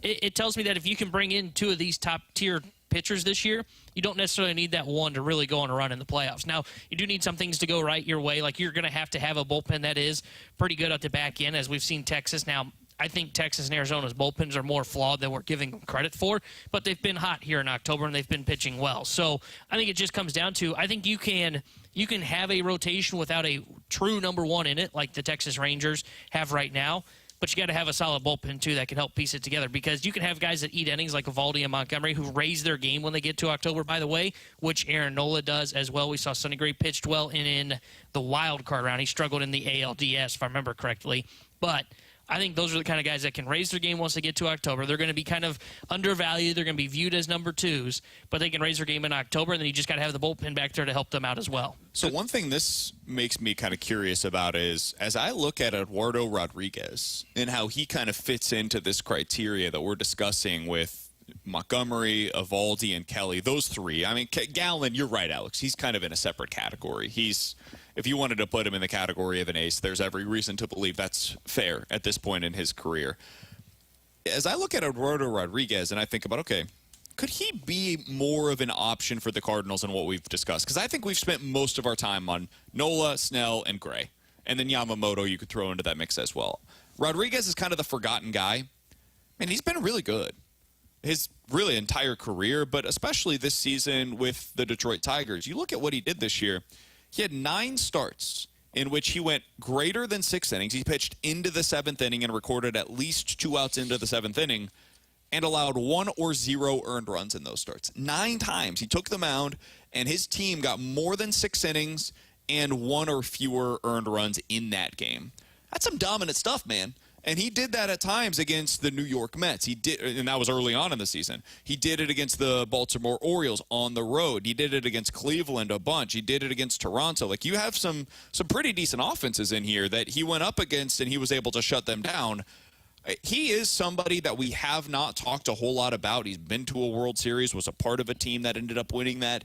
He's somebody that I think we probably will eventually spend a little bit more time talking about if we start to hear the Cardinals rumored to be interested in him, because he does fit into this criteria of 20% above league average or so, and a guy that can get a little deeper into games. Yeah, and I don't mind this signing. I think if you go after an Eduardo Rodriguez, you're putting yourself in a really good position. But, like, I view Eduardo Rodriguez somewhat like Sonny Gray. Not in the terms that they're the same player, because I think Sonny Gray obviously hasn't had the injuries that Eduardo Rodriguez has had, but I view both of them as like, okay, you're bringing them in to be the secondary piece to a really successful offseason. If Rodriguez and Gray is the route you go, I know that the ERA plus for those two matches a lot of what these teams are. Just the injury and the availability of Eduardo Rodriguez makes me nervous of what it's been over the last 3 years. It really wasn't much of injuries, though, because in 2022, he had that family thing where he was MIA for a while. Now, that's weird, and you got to look into that and see what's going on there. Is this something that's going to impact us? But this year, he had 26 starts. That's really not bad. That's kind of what you expect from most starters. 2 years ago, he was at 157 innings and 31 starts. Pretty good. That's kind of what you expect from most starters. He opted out of the 2020 season, but before that, in 2019, he started 34 games and threw 200 innings. But he was also 26 years old then. Sure. But what I mean by that is, like, and I know you're signing. What I'm saying is, of the last 4 seasons that he's played that were full years, he's had one where he made fewer than 25 starts. Yeah. So it's really just that 1 year, and the reason why he wasn't starting is because of the MIA situation. It wasn't injuries that were holding him back. So it's not an issue of him getting hurt all the time. It's just a 1 year where he had a really weird season, and you definitely have to look into that and find out why that was. Yeah, and I would look at that and say Eduardo Rodriguez is a perfect addition, but you still have to go get Aaron Nola. Like, to me, Sonny Gray and Eduardo Rodriguez would be an underwhelming offseason. But I would say that Eduardo Rodriguez and Sonny Gray is not all that dissimilar from Montgomery and Eovaldi. Yeah, I would agree with that, because I think he's a left-handed version of Montgomery there for you. But which one of those guys are going to become an ace? I don't think either Montgomery or Eovaldi are aces. I think Montgomery is pitching like an ace right now. I think I think both Sonny Gray and Eduardo Rodriguez over any 5-game stretch have the potential to pitch like an ace. I don't think anybody would classify them as aces, but I also don't think that anybody would classify Eovaldi or Montgomery as aces. And if we're saying, like, if that's your question, I don't think Nola is a guy that's clarified as a ace. He's a 2. I think he pitched like one in the postseason. I mean, he got rocked in that final game. Oh, and that was the game that really set the tone for the Diamondbacks to end that series. So I agree with what you're saying, but I don't think, Rodriguez has had some success in the playoffs at times when he was in Boston. His final 2 starts in that postseason run in 2021 were pretty good for the Boston Red Sox. We've seen Sonny Gray had a really good outing against, honestly, what I think was a undervalued or Toronto Blue Jays lineup that just didn't seem to click at the right time. But Sonny Gray shoved against them in his home ballpark. Now, he struggled in the ALDS, but again, 1 start, as we saw with Aaron Nola, that can happen in the playoffs. So as much as people want Aaron Nola still has, as much as he pitched well in the postseason, 2 of the last 3 years have been kind of concerning for me with Aaron Nola. And while Rodriguez, you got to look into the family thing. What was the issue there? But this past year, he was really good covering 152 2/3. I think he can be your version of Montgomery. And I don't think you necessarily need an innings eater because you got Miles Michaelis that's on this staff. And the other thing that I would bring up is this other piece that we don't really talk about a whole lot, which is, does Nola want to be here? Or would he rather stay in the Northeast? It's possible he just decides to re-sign with Philadelphia, And if that ends up happening, it's kind of hard to argue with it. He's on a really good team. His stuff is there, as we've talked about with Greg Wyshynski, so he probably is pretty happy there, I would assume. If he ends up re-signing there, what's your pivot? What do you decide to do with the rest of the market? And with Eduardo Rodriguez, he did tip his hand a bit last year during the trade deadline when he said, hey, I want to be closer to my family, and my family is in this Midwest region. He didn't want to go to L.A. because of that. So maybe there is a pull here to St. Louis where the Cardinals can say, hey, listen, you're not getting very far from where you were previously. I know Detroit and St. Louis aren't exactly like sister cities here, but close enough in the Midwest. And with Sonny Gray, the poll here would be, hey, you're from Nashville. You live there, kind of like when they signed Steven Matz. It's not super far. You can get there and back pretty easily in a day, honestly. So I think there might be a little bit of an easier grasp to get one of those two pitchers via free agency than there is to get an Aaron Nola or a Blake Snell, some of these other guys. So I think this is more of a pivot conversation because I'm with you, Alex. I've said all along, Aaron Nola would be my number one guy that I would want to add to this rotation. Sonny Gray, for me, would be number two. If you're willing to spend the money, go get Yamamoto. But within realistic outcomes here, those would be my guys. If Nola is no longer an option, Eduardo Rodriguez, I think, is a more than reasonable pivot for this team. And I don't think he's going to get a outlandishly expensive contract. I think it's more of that $25 million, maybe $20 million a year over a 5-year deal. So I think that's something that the Cardinals could and probably should consider, honestly. If they do that, and then I'm more on board with what T-Bone's been talking about, if you got to go get a third pitcher. If you get Rodriguez and Sonny Gray, I think you need one more. Oh, I think they have to get a third no matter what. Yeah, I agree with that. I guess it depends on the degree of the third player that you're getting. Like if you're getting Nola and Gray, I'm not as worried about, like I'm willing to take a risk on hoping somebody becomes something. I think you need to get a certain thing if you get Rodriguez and Gray as that third pitcher. I would say I'm betting on upside. I'm going out there and getting a Brian Wu. I'm getting a Edward Cabrera. One of those types of players is my fifth option. I'm going to try to bet on upside there. Coming up in about 10 minutes or so, the Blues are spending this year trying to get back to good. How do they get back to being great again? We'll talk about that coming up in just a little bit. The Junk Drawer's coming up next year on 101 ESPN.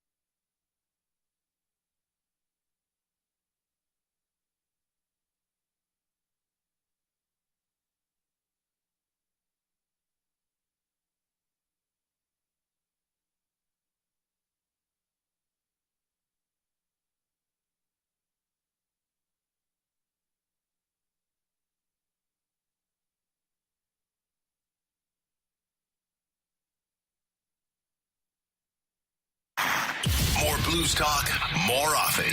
101 ESPN is live from the Centene Community Ice Center. Brought to you by Bud Light and E&B Granite. Bernie Federko's only choice for granite countertops, cabinets, and flooring. Let's open it up. The Junk Drawer with BK and Ferrario. Brought to you by Fenton Bar and Grill. Best trashed wings in Missouri.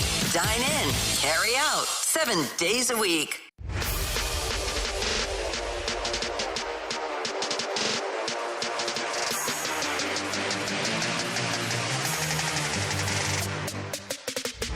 Alex, how would you feel if your daughters lived at home when they were 40 and 42 years old? Nope, they're gone. Get out. Wow. Yep. What if they won't move out? They're moving out. They don't have As a job. Billy Joel once said, I'm moving out. You're leaving? You're leaving. No, it's not their me. house now. Well, that's like, yeah, no, it's they're getting out. Go get a job. You're out of the house. So they don't have a job in this scenario. Oh, you'll have a job. They don't. I'll make sure you got a job. They're not contributing. They do not pay you rent. They don't do anything. So you're They lazy. Yep, they're just living at home off of your dime. Yeah, that's not how life's going to be. So what do you do? Kick them out. But what if you can't? Oh, I can. What do you mean I can't? They're squatters. It's my house. They've got squatter You know what rights. you do with squatters? Call the cops.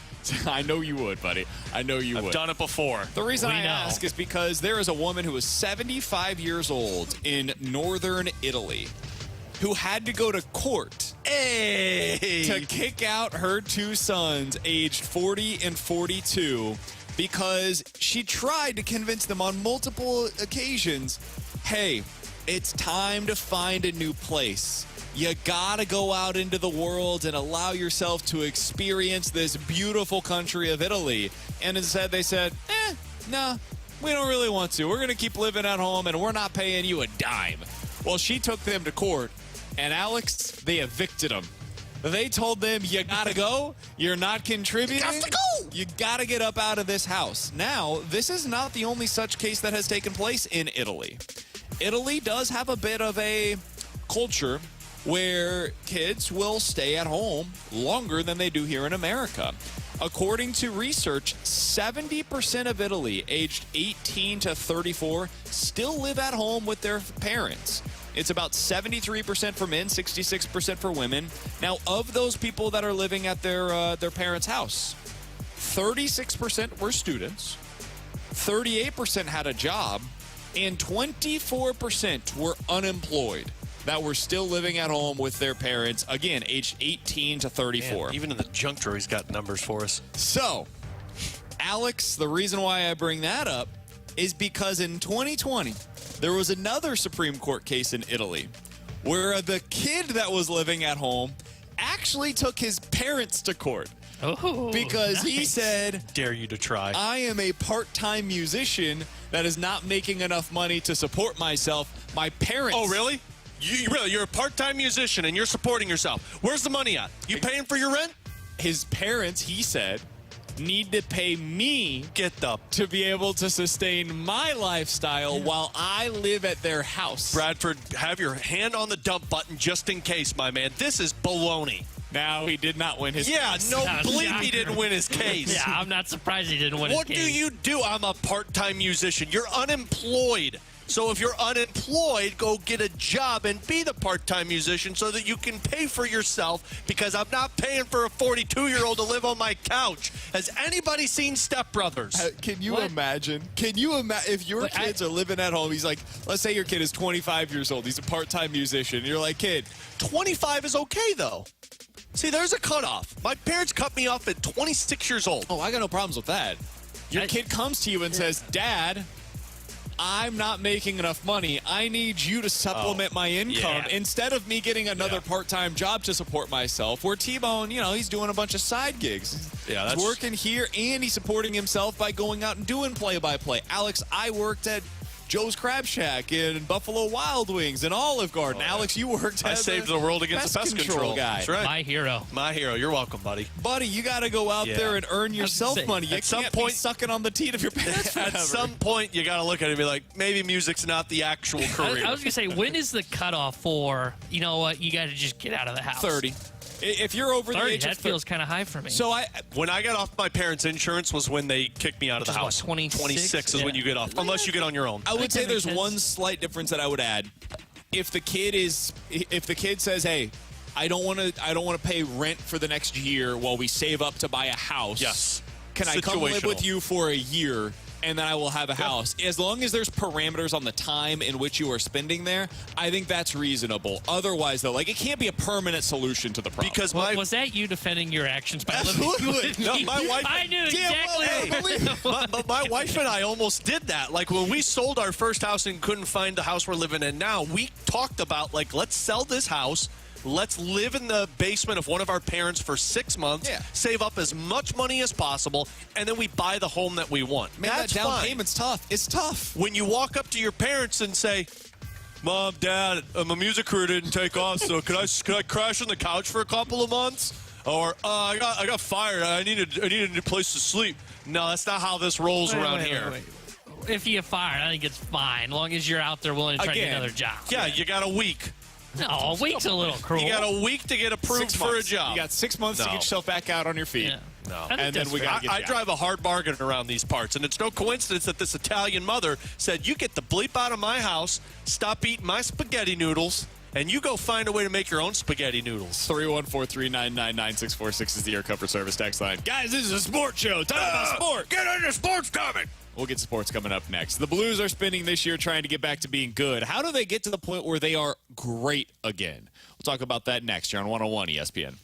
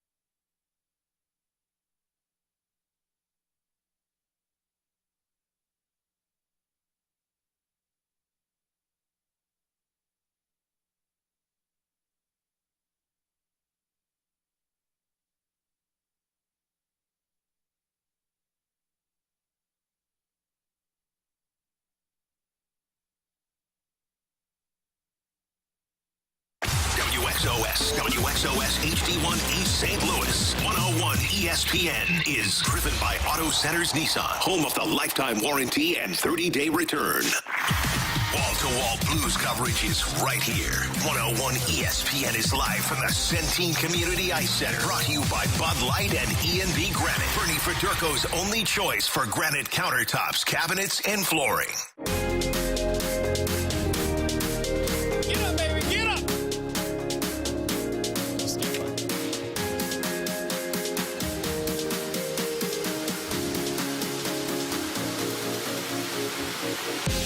Alongside Alex and T-Bone, I'm BK. You got BK and Ferrario live from the E&B Granite Studios out of the Centene Community Ice Center. Blues back in action tonight. Big win for the Blues last night in Calgary. They're going to be taking on the Vancouver Canucks. Thomas Drance covers the Canucks for The Athletic. Alex, earlier today we had the great pleasure of being able to catch up with Thomas Drance, and we talked to him about how these two teams compare in the middle of the Western Conference right now. He was talking a little bit about what the Canucks need to do from going to good to great. And I think some of this also applies to the Blues, Alex. Let's take a listen. You know, how does this team level up going forward? Because we're seeing in the West, right? I mean, it's one thing to get off to the sort of start that the Blues and the Canucks have gotten off to. It's another thing entirely to be the Avalanche or the Golden Knights. And the bar in this conference is exceptionally high.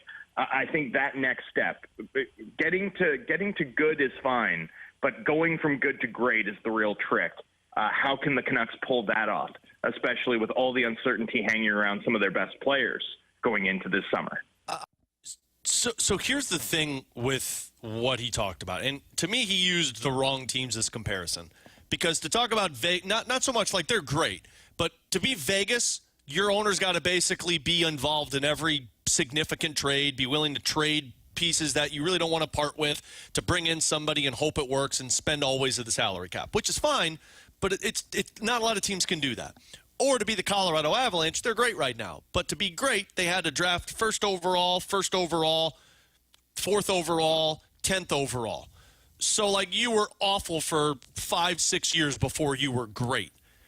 I look at the Dallas Stars team, and that's my... Do you think the Stars are great? I do.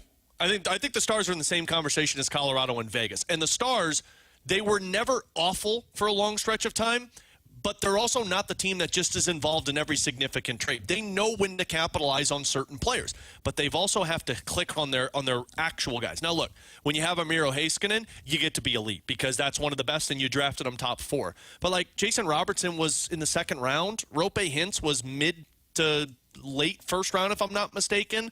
You sign a Joe Pavelski. You make the trade for a young Tyler Seguin. Jamie Benn has been around for a long period of time. You get the complementary pieces.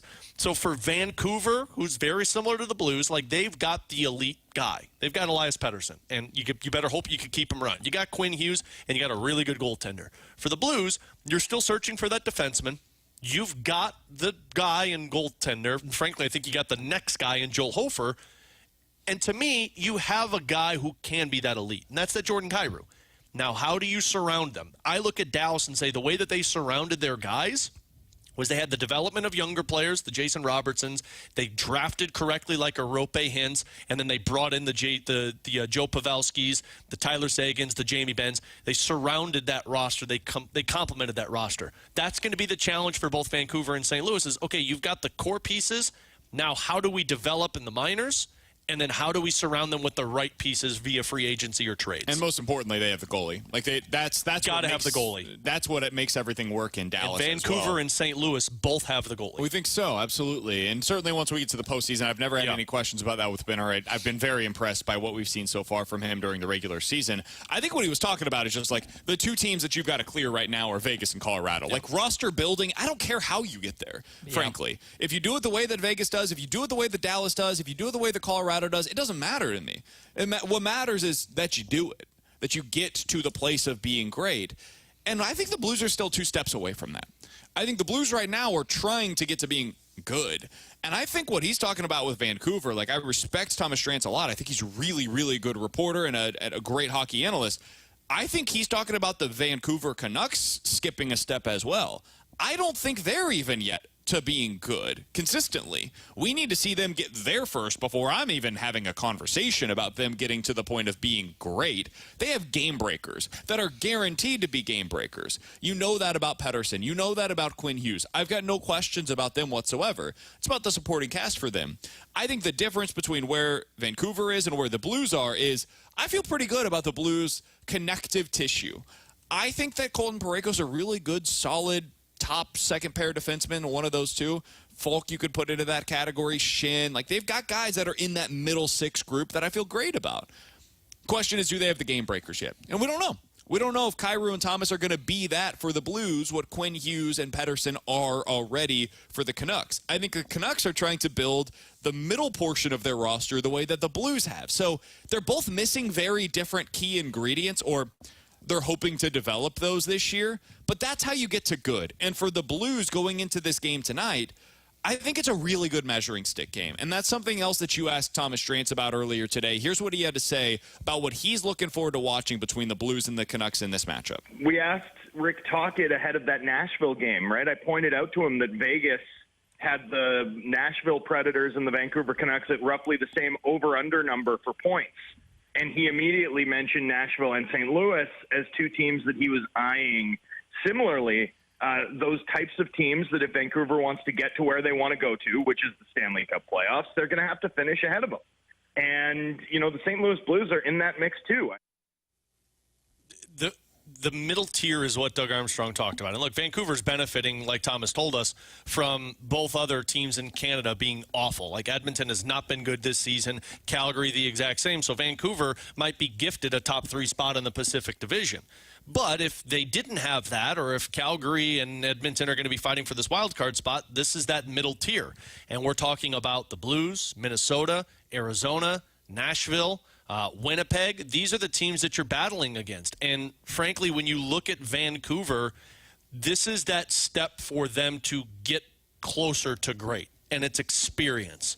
And you're going to have to get that. Like, to me, Arizona sitting in a spot right now where they're trying to get to good. They're playing good right now, but you're trying to get to good consistently. Nashville is trying to get to good consistently. Same with Anaheim. I think Minnesota is trying to stay in the great conversation consistently, and the Blues are in that middle tier like Vancouver, which is why I'm so curious as how they look tonight, because you've got two teams that see the great threshold, but they're still stuck in this murky middle.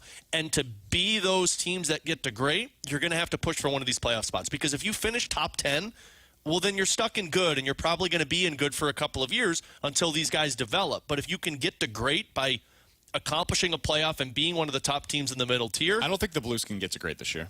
I agree. No, they can't. Great's not this year. But getting into a playoff spot or fighting for a playoff spot all the way to the finish, good. That's being good and realizing that great's closer than you thought. Yeah, because I think they're still a year or two away from the even having the potential to be great. You got to have that playoff experience or the taste of fighting for a playoff spot to get that experience for your culture. 100%. If you don't have it, if you're out in January or February and you're just biding your time, you're going to be stuck in good. And this is what Vancouver has been for the last 5 years. I think that means you're stuck in bad. That's where I think we disagree a little bit, is I think you're fighting to get to the place of being good again. And it's a matter of what happens this season, and it's why I think these games against teams like Vancouver, like Calgary, like Winnipeg, that are kind of in that muddy middle in the Western Conference, they determine so much for how we see the outlook of this team. If this team ends up picking in the top 10 this year, man, they're going to have to make significant changes to the roster. They can't run it back the way that they did last year, because the explanation, excuse, whatever you want to call it, this past offseason was that was a one-off. This was a one-year thing where the Blues weren't good. Everything went wrong. It was chemistry. It was all of the things that we've already rehashed. If that happens again this year and you're picking top 10, well, now it is a systemic problem where we need to find it. We changed the defensive scheme. We've tried to play a different way. We brought in new faces. We brought in new coaches. We've changed this thing up. Now we got to make big changes. Becomes a rebuild. Well, but then it is a rebuild in that circumstance, because now you're biding your time until you get rid of these contracts. Right. Because you can't trade them. If this team underperforms and falls apart, you can't move on from the guys that you need to give your younger players the opportunity. You've got pieces that could be NHL effective next year. But, yeah, you become a rebuild because now you just have to wait until these contracts go away, whereas if you can stay competitive with these guys, Maybe you can move them. Maybe you could bring in new faces, but at least you know you can compete with them. Vancouver Canucks against the St. Louis Blues later on tonight. Alex will have your pregame coverage for this back-to-back performance. Blues expected to go with Jordan Binnington and net coming off of last night's impressive performance by Ville Husso. Pregame starting at 8. Puck drop between the Blues and the Canucks right here on your home of the Blues 101 ESPN tonight at 9 o'clock. Coming up next, Mizzou football has reached the point of having haters. I respect that about him. We'll talk about it next year on 101 ESPN.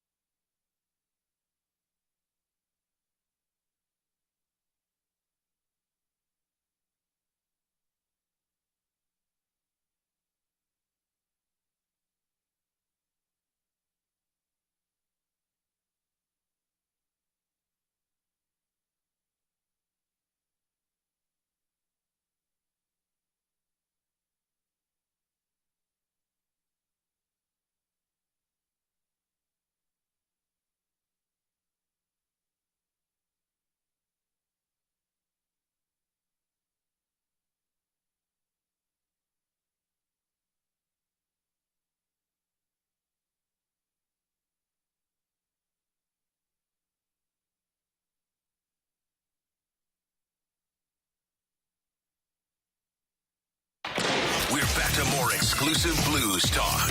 101 ESPN is live from the Centene Community Ice Center. Brought to you by Bud Light and E&B Granite. Bernie Federko's only choice for granite countertops, cabinets, and flooring. Alongside Alex Ferrario and Tanner Hendrickson, I'm Brandon Kiley. I made a goof at the end of the last segment. That's on me. You goof. Ville Husso did not actually start for the Blues last night. I'm just trying to keep you guys on your toes. That's all. Yeah, H, first name, first last name. Joel Hofer, though. Turn your mic on.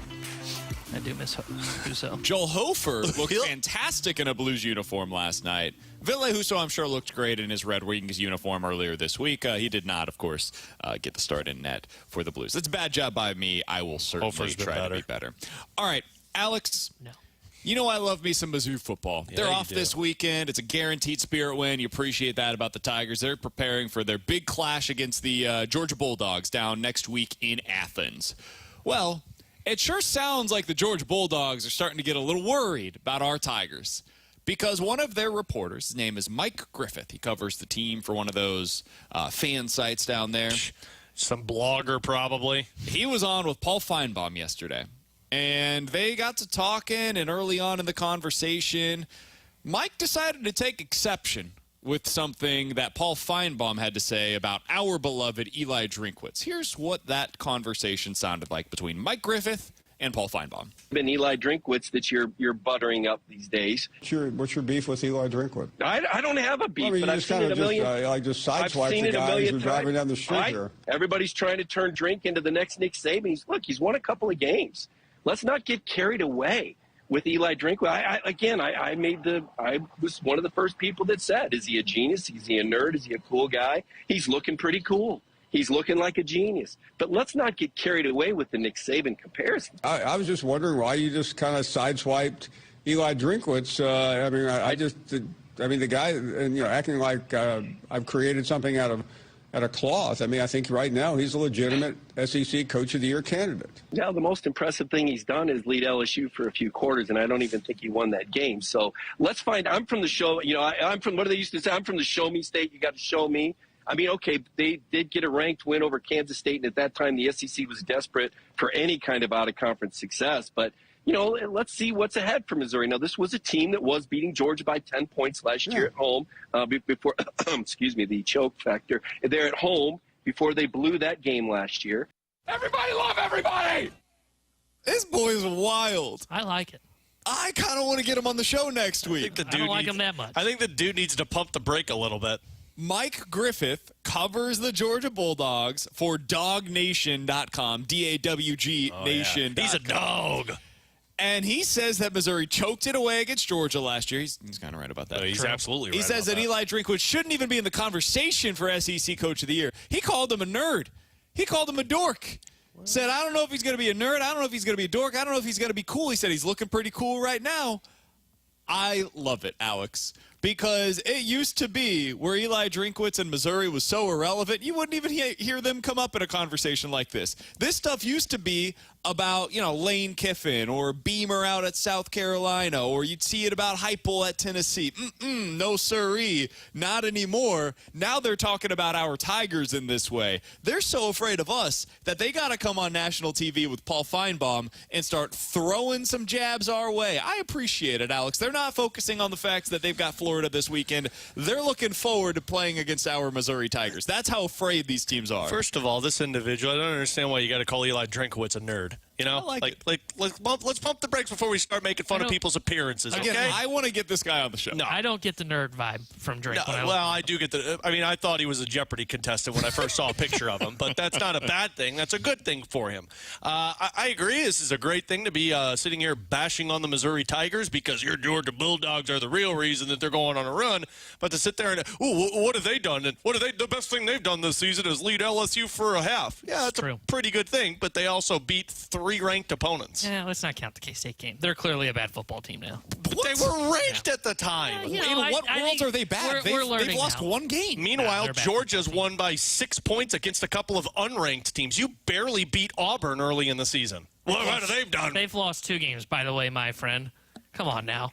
They lost by 8 against Oklahoma State. They lost the game against Missouri. They lost one more game since then. They have also beat the hell out of Texas Tech and TCU and probably will go undefeated the rest of the year because Texas is the one that's a fraud, the team that you backed last week. Whatever. Not a good football team, but we'll give you guys credit. Do you hate everything in St. Louis? No, I think the Cardinals are going to add the pitching that's necessary this offseason. So it sounds like BK is a little bit defensive about Drink being called a nerd. No, I like it. I don't like it. I don't understand why you got to make fun of people's appearances. It does show Mizzou is now into the national spotlight for the Georgia Bulldogs. Yeah. With that being said, though, it would worry me, scare the hell out of me if I'm a Mizzou fan, because that means Georgia's bringing their best fastball on Athens in 2 weeks. I think there's more likely a chance they don't have overlook. They've got Adam Wainwright's fastball from this year. Let's see what your fastball looks like. And I'm going to take it and put it in the seats. No. Waino used to be able to throw pretty well, man. And then suddenly this year, his arm fell apart, and he was no longer the same guy. Yeah. That's what Georgia is right now. It's just stupid. That's Illinois football you're talking about. That's the Waino fastball. This is a DeGrom fastball when healthy. This team is, look, I think they've got a fighting chance against Georgia on the road next weekend because Bowers is out. But, man, I think it's more likely Georgia's going to overlook their opponent in Florida this week than it is they're going to overlook Missouri. They're clearly gearing up for Missouri. They're going to be bringing their best fastball to them this year. Last year, I think they overlooked them a little bit. Took them a while. They sleptwalked through that game and then finally woke up and somehow squeaked through to win that football game. The fact that Georgia's, I don't want to say scared, but talking trash on Mizzou tells you Kirby Smart's going to get his team ready to go in 2 weeks. I can't wait to hear this guy the Monday after Mizzou beats Georgia. I can't wait to hear him. So you won't be hearing Yeah, because he's going to hide under a rock, go back under the bridge he came from. No, he's going to be doing a victory lap on Monday going, I told you guys that nerd Drinkwitz, he can't get her done. I'm going to get him on the show next week. No, all right, I refuse. The other thing that I wanted to get to here is we need to spend a little bit of time talking about St. Louis City SC. This is a good team. Because this is a good team. City is taking on Sporting Kansas City in the playoffs. This is the first year that these teams will be able to meet in the playoffs, obviously, and it's a St. Louis versus Kansas City matchup. I'm sure that there will be no trash talk whatsoever between the two cities. I'm sure that everything will be above board. There's no way. My barbecue's better than your barbecue. 100%. That's going to be the stuff that we end up hearing about. We'll certainly hear some jabs about St. Louis-style pizza. I'm sure there will be some soccer jabs going back and forth, like all of the typical things that you would expect, and that's what it should be. You're secretly rooting for Sporting, aren't you? No, I have a bet down on St. Louis City SC to win the Cup, so I'm absolutely financially obligated to definitely root for City. This has already been an unbelievably successful season for City in every way possible. It would be disappointing, though, if this is the way that it ended. So they've got to take care of business against a Sporting team that's frankly not very good. They've got hot at the end of this season, and they found a way to get into the playoffs after having like a 10% chance, I think it was, starting at in the month of September. I think they've won 6 of their last 9 games, and now it's 7 out of 10 with their win on Wednesday night. City's got to be able to take care of business. They won 2 of these 3 games by a score of 4-1. They're clearly the better team. They've been scuffling a little bit at the end of the season. It's not the way you want to go into the playoffs, but they're the better team. You go into this thing, man, take care of business, especially at home against Sporting. Can I give you my one concern? No, but yeah. Okay, cool. Go ahead, T-Bone. What do you got? These games always make me nervous when you're the team that sits around fat and happy waiting for the playoffs to begin while the other one has to fight to get in. They always make me nervous. That's fair. I still think City wipes the floor with Sporting KC. But the fact that they went on, I mean, you could call it a run if you want towards the end after City beat them up. But you win, and then you get that victory to put yourself in this position in that wild card game. Those always make me a little nervous. Yeah, I think they should take care of business. I'm not overly concerned. I know a lot of people are pointing to, well, look, they didn't finish strong, losing 3-0 to Vancouver and 2-0 to Seattle to end the year. I think that was one of those where the team just kind of sleptwalked through those. They should be able to turn things back on once they get into the playoffs. This should be a 2-0 sweep. They need to take care of business. I know they lost to them once earlier in the year. It didn't look. I just went back and looked at that starting lineup. It looked like they were starting the back line. Didn't look like they had much in the midfield that they were starting in that game. So I think they got to take care. They should be able to take care of business in this one. I'm not too concerned. And Roman Berkey feels like the kind of guy that when there is pressure, and the St. Louis City SC is for some reason trending as an upset pick now, being upset in this first round. Yeah, really? I'm seeing a lot of people picking Sporting KC.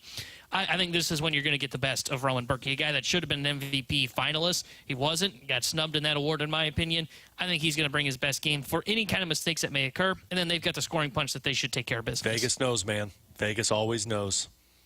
What are the odds in this series?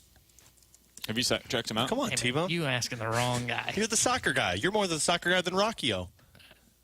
Yeah, but I didn't look at the odds of this series. Always look for the odds. Mostly because I feel like it's a clear-cut 2-0 sweep for St. Louis City SC. All right, man. We've killed a lot of time for you to find the odds on this St. Louis City SC is a plus 105 favorite in this one.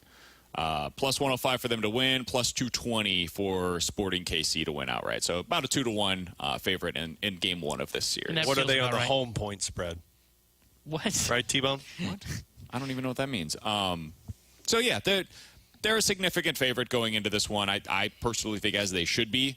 And T-Bone, the two of us, will be rooting like hell for our bet for them to win the Cup. Unfortunately, Alex doesn't like Sporting KC. Doesn't like St. Louis City SC. You're right, doesn't like Sporting. I don't like Sporting KC. I just like you guys losing money, so I guess I'll have to side with City on this one. At least you win some money. Coming up in 15 minutes, we'll get to our NFL weekend look ahead. What's the one game you're most looking forward to this weekend? What's the upset pick that you're backing going into this weekend? We'll get into that coming up in about 15 minutes or so. But next, 314-399-9646 is the Air Comfort Service text line for One's Gotta Go. You give us 4 options. We'll tell you which one's got to go here on 101 ESPN. Nerd alert!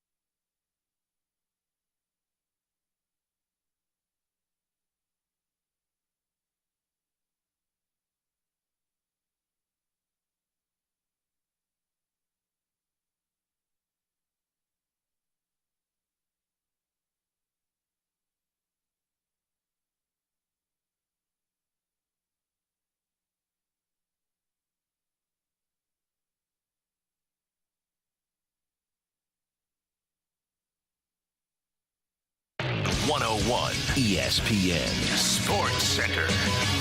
Fresh Look Fall Classic set to begin. Good afternoon. I'm Bradford Bruns with your Sports Center update driven by Johnny Londoff Chevrolet and Johnny Londoff Autoplex. Nathan Eovaldi and the fifth-seeded Rangers will represent the AL in tonight's World Series opener against the Diamondbacks. Arizona, which knocked off Philadelphia in the NLCS to win the pennant for the first time since 2001, sends Zach Gallen to the hill. First pitch in the Lone Star State, scheduled for 7:03 p.m. 2 hours later on 101 ESPN, the Blues continue their Canadian road trip in Vancouver. Thursday delivered a 3-0 shutout victory over the Flames. Joel Hofer registered 27 saves. Kasperi Kapanen netted a shorthanded tally, and the note improved to 1-1-1 away from the Enterprise Center. City SC, meanwhile, firmly entrenched at home for its first playoff match versus Sporting Kansas City. Goalie Roman Berkey hopped on the opening drive to look ahead to the weekend. Challenge us to our best, and now it's a knockout round.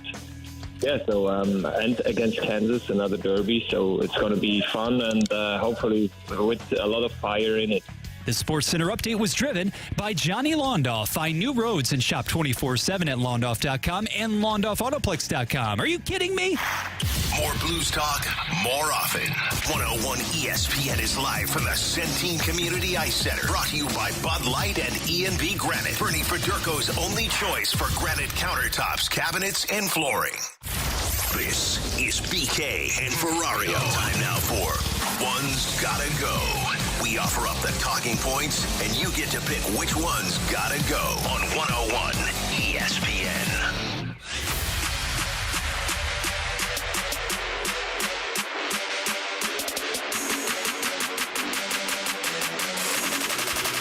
Count that big pen. 314-399-9646 is the Air Comfort Service text line for One's Gotta Go. You give us 4 options. We'll tell you which one's gotta go here on 101 ESPN. We'll get to our NFL weekend look ahead here in just a little bit. One's gotta go, GOAT edition. Michael Jordan, Wayne Gretzky, Tom Brady, or Babe Ruth. Which one's gotta go, Alex? Probably Babe Ruth. I mean, like, you hate the Babe. No, I love the Babe. Great Bambino, but like, you were the GOAT in the 1900s. You ran the bases with a cigar in your mouth. Respect. GOAT changes a little bit through those times. So I'm going to go with the more recent GOAT. So I'll say Babe Ruth's got to go. I think I'm with you because See? Michael Jordan but put basketball in the limelight across America and in the world, honestly. Wayne Gretzky, hockey, same thing. Tom Brady, he's maybe the best player I've ever seen in my lifetime play any sport. So I would say, I think Babe Ruth's got to go. And honestly, we're starting to have conversations of him losing GOAT status, and Shohei Ohtani continues to be impressive offensively and pitching-wise. Not doing it with a cigar. Yeah, for me, it's Brady. Of course, he's not as interesting as the rest of these. Now, Brady's a cold-blooded killer. The guy's amazing. He's the best quarterback that I've ever seen. The Great Bambino is very interesting to you? He is. Oh, absolutely. Yeah? He's one of the only guys that's ever done what we're watching Shohei Ohtani do right now. And if I'm going to talk about Shohei Ohtani in a way where I'm like, I've never seen this before, then Babe Ruth's amazing. They were just pitchers throwing 70 miles an hour off the mound at him, right? Yeah, and but they were just strictly fastballs. He had as many home runs in a season as multiple teams had. When he lifted his leg too high, he ripped his pants. Let me see him do it against a sinker baller throwing 105 miles an hour. That's what I'm saying. Michael Jordan changed the way that the game was played. Wayne Gretzky was doing things that we've never seen done before or after. If he never scored a goal, he would have still been the all-time points leader in the history of the Brady league. made wide receivers who weren't even drafted look like Hall of Famers. Yeah, but Tom Brady did it the same way that we've seen every quarterback that dominated win. He did it from the pocket. He didn't revolutionize the way that the game was played at all. He did nothing that was particularly unique. He just did it better than everybody else. Sorry, I thought we were talking about the GOAT, not the ROAT. Yeah, Ruth, Gretzky, Michael, those guys are all in a different category than what we see at soft. Does the Mafia got a hold of you or something? Is this why you're so big on the Bambino? One's got to go Regional Foods Edition. Nashville Hot Chicken, KC Barbecue, Chicago Deep Dish Pizza, or the New York Pastrami Sandwich. Well, you should have put Nashville Barbecue in here because that's better than Memphis Barbecue or Kansas City Barbecue. But this is pretty easy. Chicago Deep Dish Pizza. It's trash. I don't need bread with some pasta sauce as my meal. I'd like an actual pizza where I can enjoy it, not get full off of the first bite.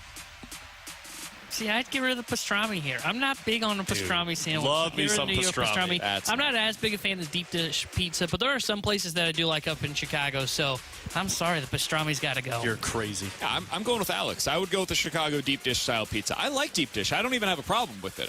I'm willing to say that on St. Louis Sports Radio. I think Chicago deep dish is actually pretty good. Knew you were a traitor. But these other three are like elite level foods. If you could go to one of these areas, you could have their cuisine, or you could go to Chicago and have that. I'm going to one of the other three. I should probably get rid of Nashville hot chicken for what it does to my body, but and you it's wouldn't still even delicious. get it when we went to Nashville.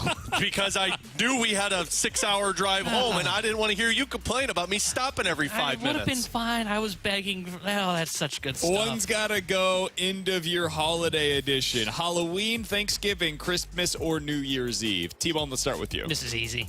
It's Halloween. I can't get excited for Halloween. Oh, my God, I'm so excited. Not ever since I was, well, you've got two little ones, so, like, that makes sense to me. Right. It's just weird if I'm walking around dressed up for Halloween now. Absolutely is. So, I'm calling the police if I see that. I'm out on the T-Bone's Halloween going to be walking around your neighborhood. Hey, little kids, got any candy? Trick or treat!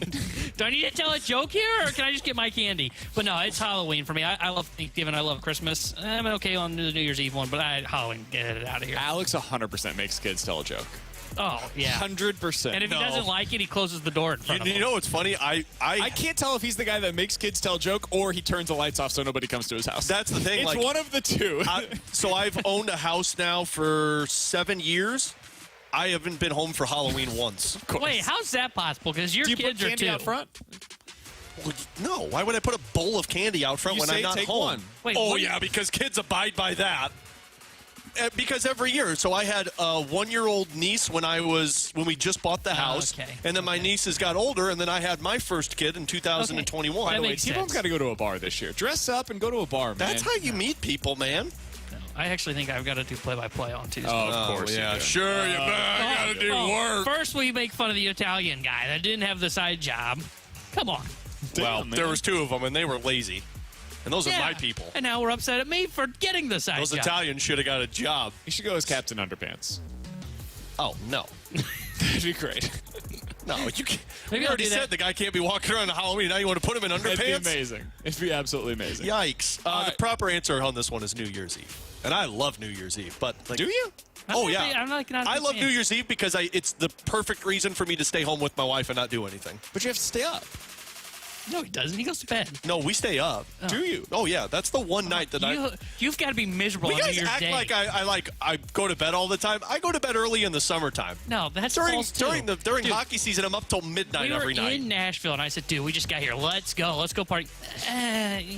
He was I will excited say, to get to Alex Nashville is to go to always bed. good when we go to Alton. Alex is always in. He moans and cries the whole time. Do you up know until why I said let's go to bed? Before we get to Alton, he is very upset about the fact that we're going to Alton. Do you know why I said let's go to bed our first night in Nashville? Because we had to be at Nashville at the stadium by like 8 a.m. We did a show, and then we That's false. sat there until 11 p.m. I'm already And what getting we do- excited about our Nashville or our trip to. What Alton did this we year. do once the draft first night was over? We should have done it both nights. No, Come on. I had to work. So did I. No, you just sat there. Guys, we should go to Alton soon. We should go take a We'll go in weekend March. trip together. No, we don't travel unless it's station I oriented. can't wait till I'm off around Thanksgiving to get away from the two of you. Coming up next, I'm a NFL weekend look ahead. We're all getting away from each other for the weekend very soon. We'll give you our weekend look ahead next year on 101 ESPN.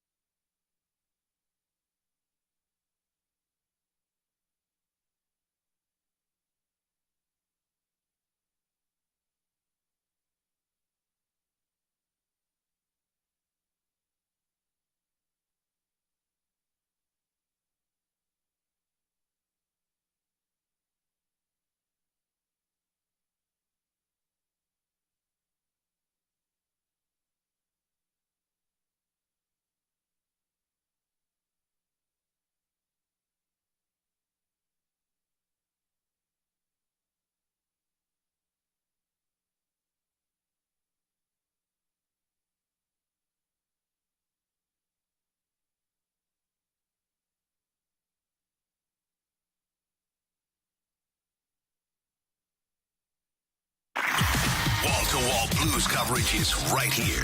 101 ESPN is live from the Centene Community Ice Center. Brought to you by Bud Light and E&B Granite. Bernie Federko's only choice for granite countertops, cabinets, and flooring.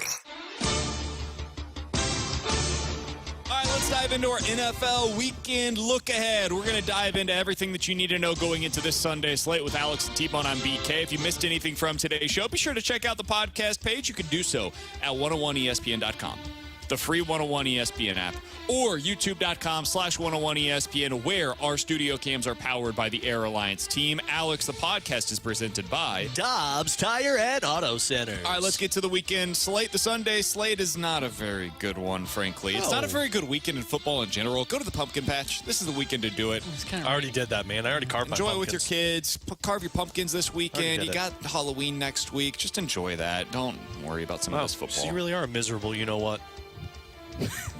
Yes, I am. All right, let's get to this. The matchup that you're most looking forward to on Sunday, Alex, is what? Bengals 49ers. Yep.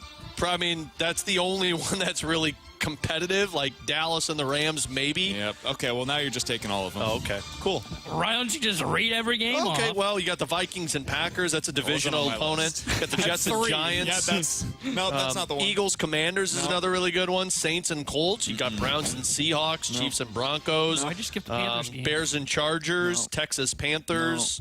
Jags Pittsburgh, also a good one. That's not a good game. I'm looking forward to it. And the words of Tanner Hendrickson, this would be an even matchup if it was in a neutral side. It wouldn't be. Vegas would have it as a Kenny Pickett's Jaguars tiny hands 6-point line in favor of them. But I am curious to see what the Steelers look like. They showed me a little something last week, going on the road in what was basically a home game for them with that crowd. But going to take on the Rams, who I think are decent, and winning that game, they showed me a little something. And they've got all their receivers now. The passing game has been a little better. So Jaguars versus Steelers is one of the other very few games that I find to be Great compelling. breakdown. T-Bone? Yeah, for me, it's going to be Cowboys-Rams, just go a little bit different, just because I think if you're the Rams and you fall to 3-5, suddenly things start to get a little bit out of reach for you. Now you're 3-5, 2 games below 500, and they've still got to play San Fran on their schedule as well, so they got to try and pull off an upset. That was a disappointing loss to the Pittsburgh Steelers, put them a bit behind the 8 ball. They need to try and get back to 500 and beat the Dallas Cowboys. All right, next thing. What is the upset you're selecting for this weekend? It's got to be at least 3 points, Alex. Can't be somebody that is an under 3-point favorite. Otherwise, we're not talking about an upset. Really, that's not how this works. Who do you have as an upset pick for this week? Tanner's probably going to pick the Jaguars in that one, but I'll take the Commanders over the Eagles.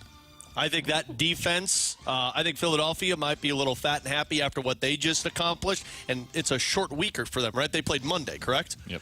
So I think the way Washington defense has played has been impressive. Now, I don't think Sam Howell's going to be any good in that game. I think Philadelphia, frankly, is going to swallow him. Howell. See what I did there? Howell. But anyway, I think that's going to be a slugfest in terms of defense. I'll go next. So you guys know I've got the Bengals. I've got the Bengals beating the 49ers straight up. They're a 4.5-point road underdog right now. Whether it's Sam Darnold or if they go back to Brock Purdy, don't know exactly what the status is there. I think the Bengals win that game outright coming off their bye. I think Cleveland can pull off the upset in Seattle. I think that defense is going to be looking for a bounce-back game. I think they can put pressure on Geno Smith, and without Tyler Lockett, it does hurt them because it looks like he's not going to be playing. DK Metcalf looks like he's going to be back. What'd you say? I think Cleveland is a team that can pull off an upset. By the way, can I give you another one that I kind of like? I think the Bears might be able to beat the L.A. Chargers. The offense looked a lot more competent with the I'd agree with that if they had Justin Fields. See, I think the offense looked worse with Justin Fields this year. Well, than I thought it did. DJ Moore was non-existent without Justin Fields. Fair, but I think he's going to be better off this weekend. Good matchup against the LA Chargers. Don't be shocked if the Bears take down the LA Chargers, a team that's on the ropes with Brandon Staley. The Bears are the Raiders' defense showing up to this game? Because if they are, then the Bears' offense will be fine. If they're not, did you say Raiders' defense? Yeah, the Raiders is who they played last week, and the Raiders gave up. They quit in that game. Deontay Foreman's not running for 4 touchdowns against the Chargers. The Chargers have a very good run defense right now. I think the Chargers win that going away. That's a terrible thought by you. Be better. I am grabbing this cut when the Bears pull off the upset on Sunday Night Football. Well, you'll be wasting your time because they won't. All right, guys. Final thing here as we go into our NFL weekend look ahead. Who is the team with the most to gain this weekend if they get a win? Is it Cincinnati? Yeah. Because if Cincinnati wins this one, then all of this talk of oh, well, they're not going to be a playoff team this year changes because Buffalo hasn't been that impressive. You know, you got Baltimore, Kansas City, now Miami. But Cincinnati takes down San Francisco, and I get it'll be Sam Darnold. They're the one that could be they're back. They're number 1 on this list for me. I would have at number 2 Pittsburgh. Agreed. If Pittsburgh wins this game against the Jaguars, now we're talking about them in consecutive weeks beating the Ravens, the Rams, and the Jaguars. At some point, we would have to take them seriously, not as like a Super Bowl contender or anything, but definitely a legitimate AFC playoff contender. I'm 100% with both of what you guys said. I think Cincinnati, you can start to feel like they are back. And then I think if you are looking at the Pittsburgh Steelers, win 5-2 all of a sudden Pittsburgh is, and that AFC North becomes a little bit more interesting, and they take down a team like the Jacksonville Jaguars. Again, if you missed anything from today's show, be sure to check it out on the podcast page, 101ESPN.com. The free 101 ESPN app is where you can go to find it. That is where all of this week's shows are placed. For Alex Ferrario and Tanner Hendrickson, I'm Brandon Kiley. Mizzou's off this weekend. The Blues back in action tonight. Alex has pregame coverage coming your way starting at 8 o'clock this evening. We will talk to you guys on Monday at 11 a.m. The Fast Lane's coming up next here on 101 ESPN.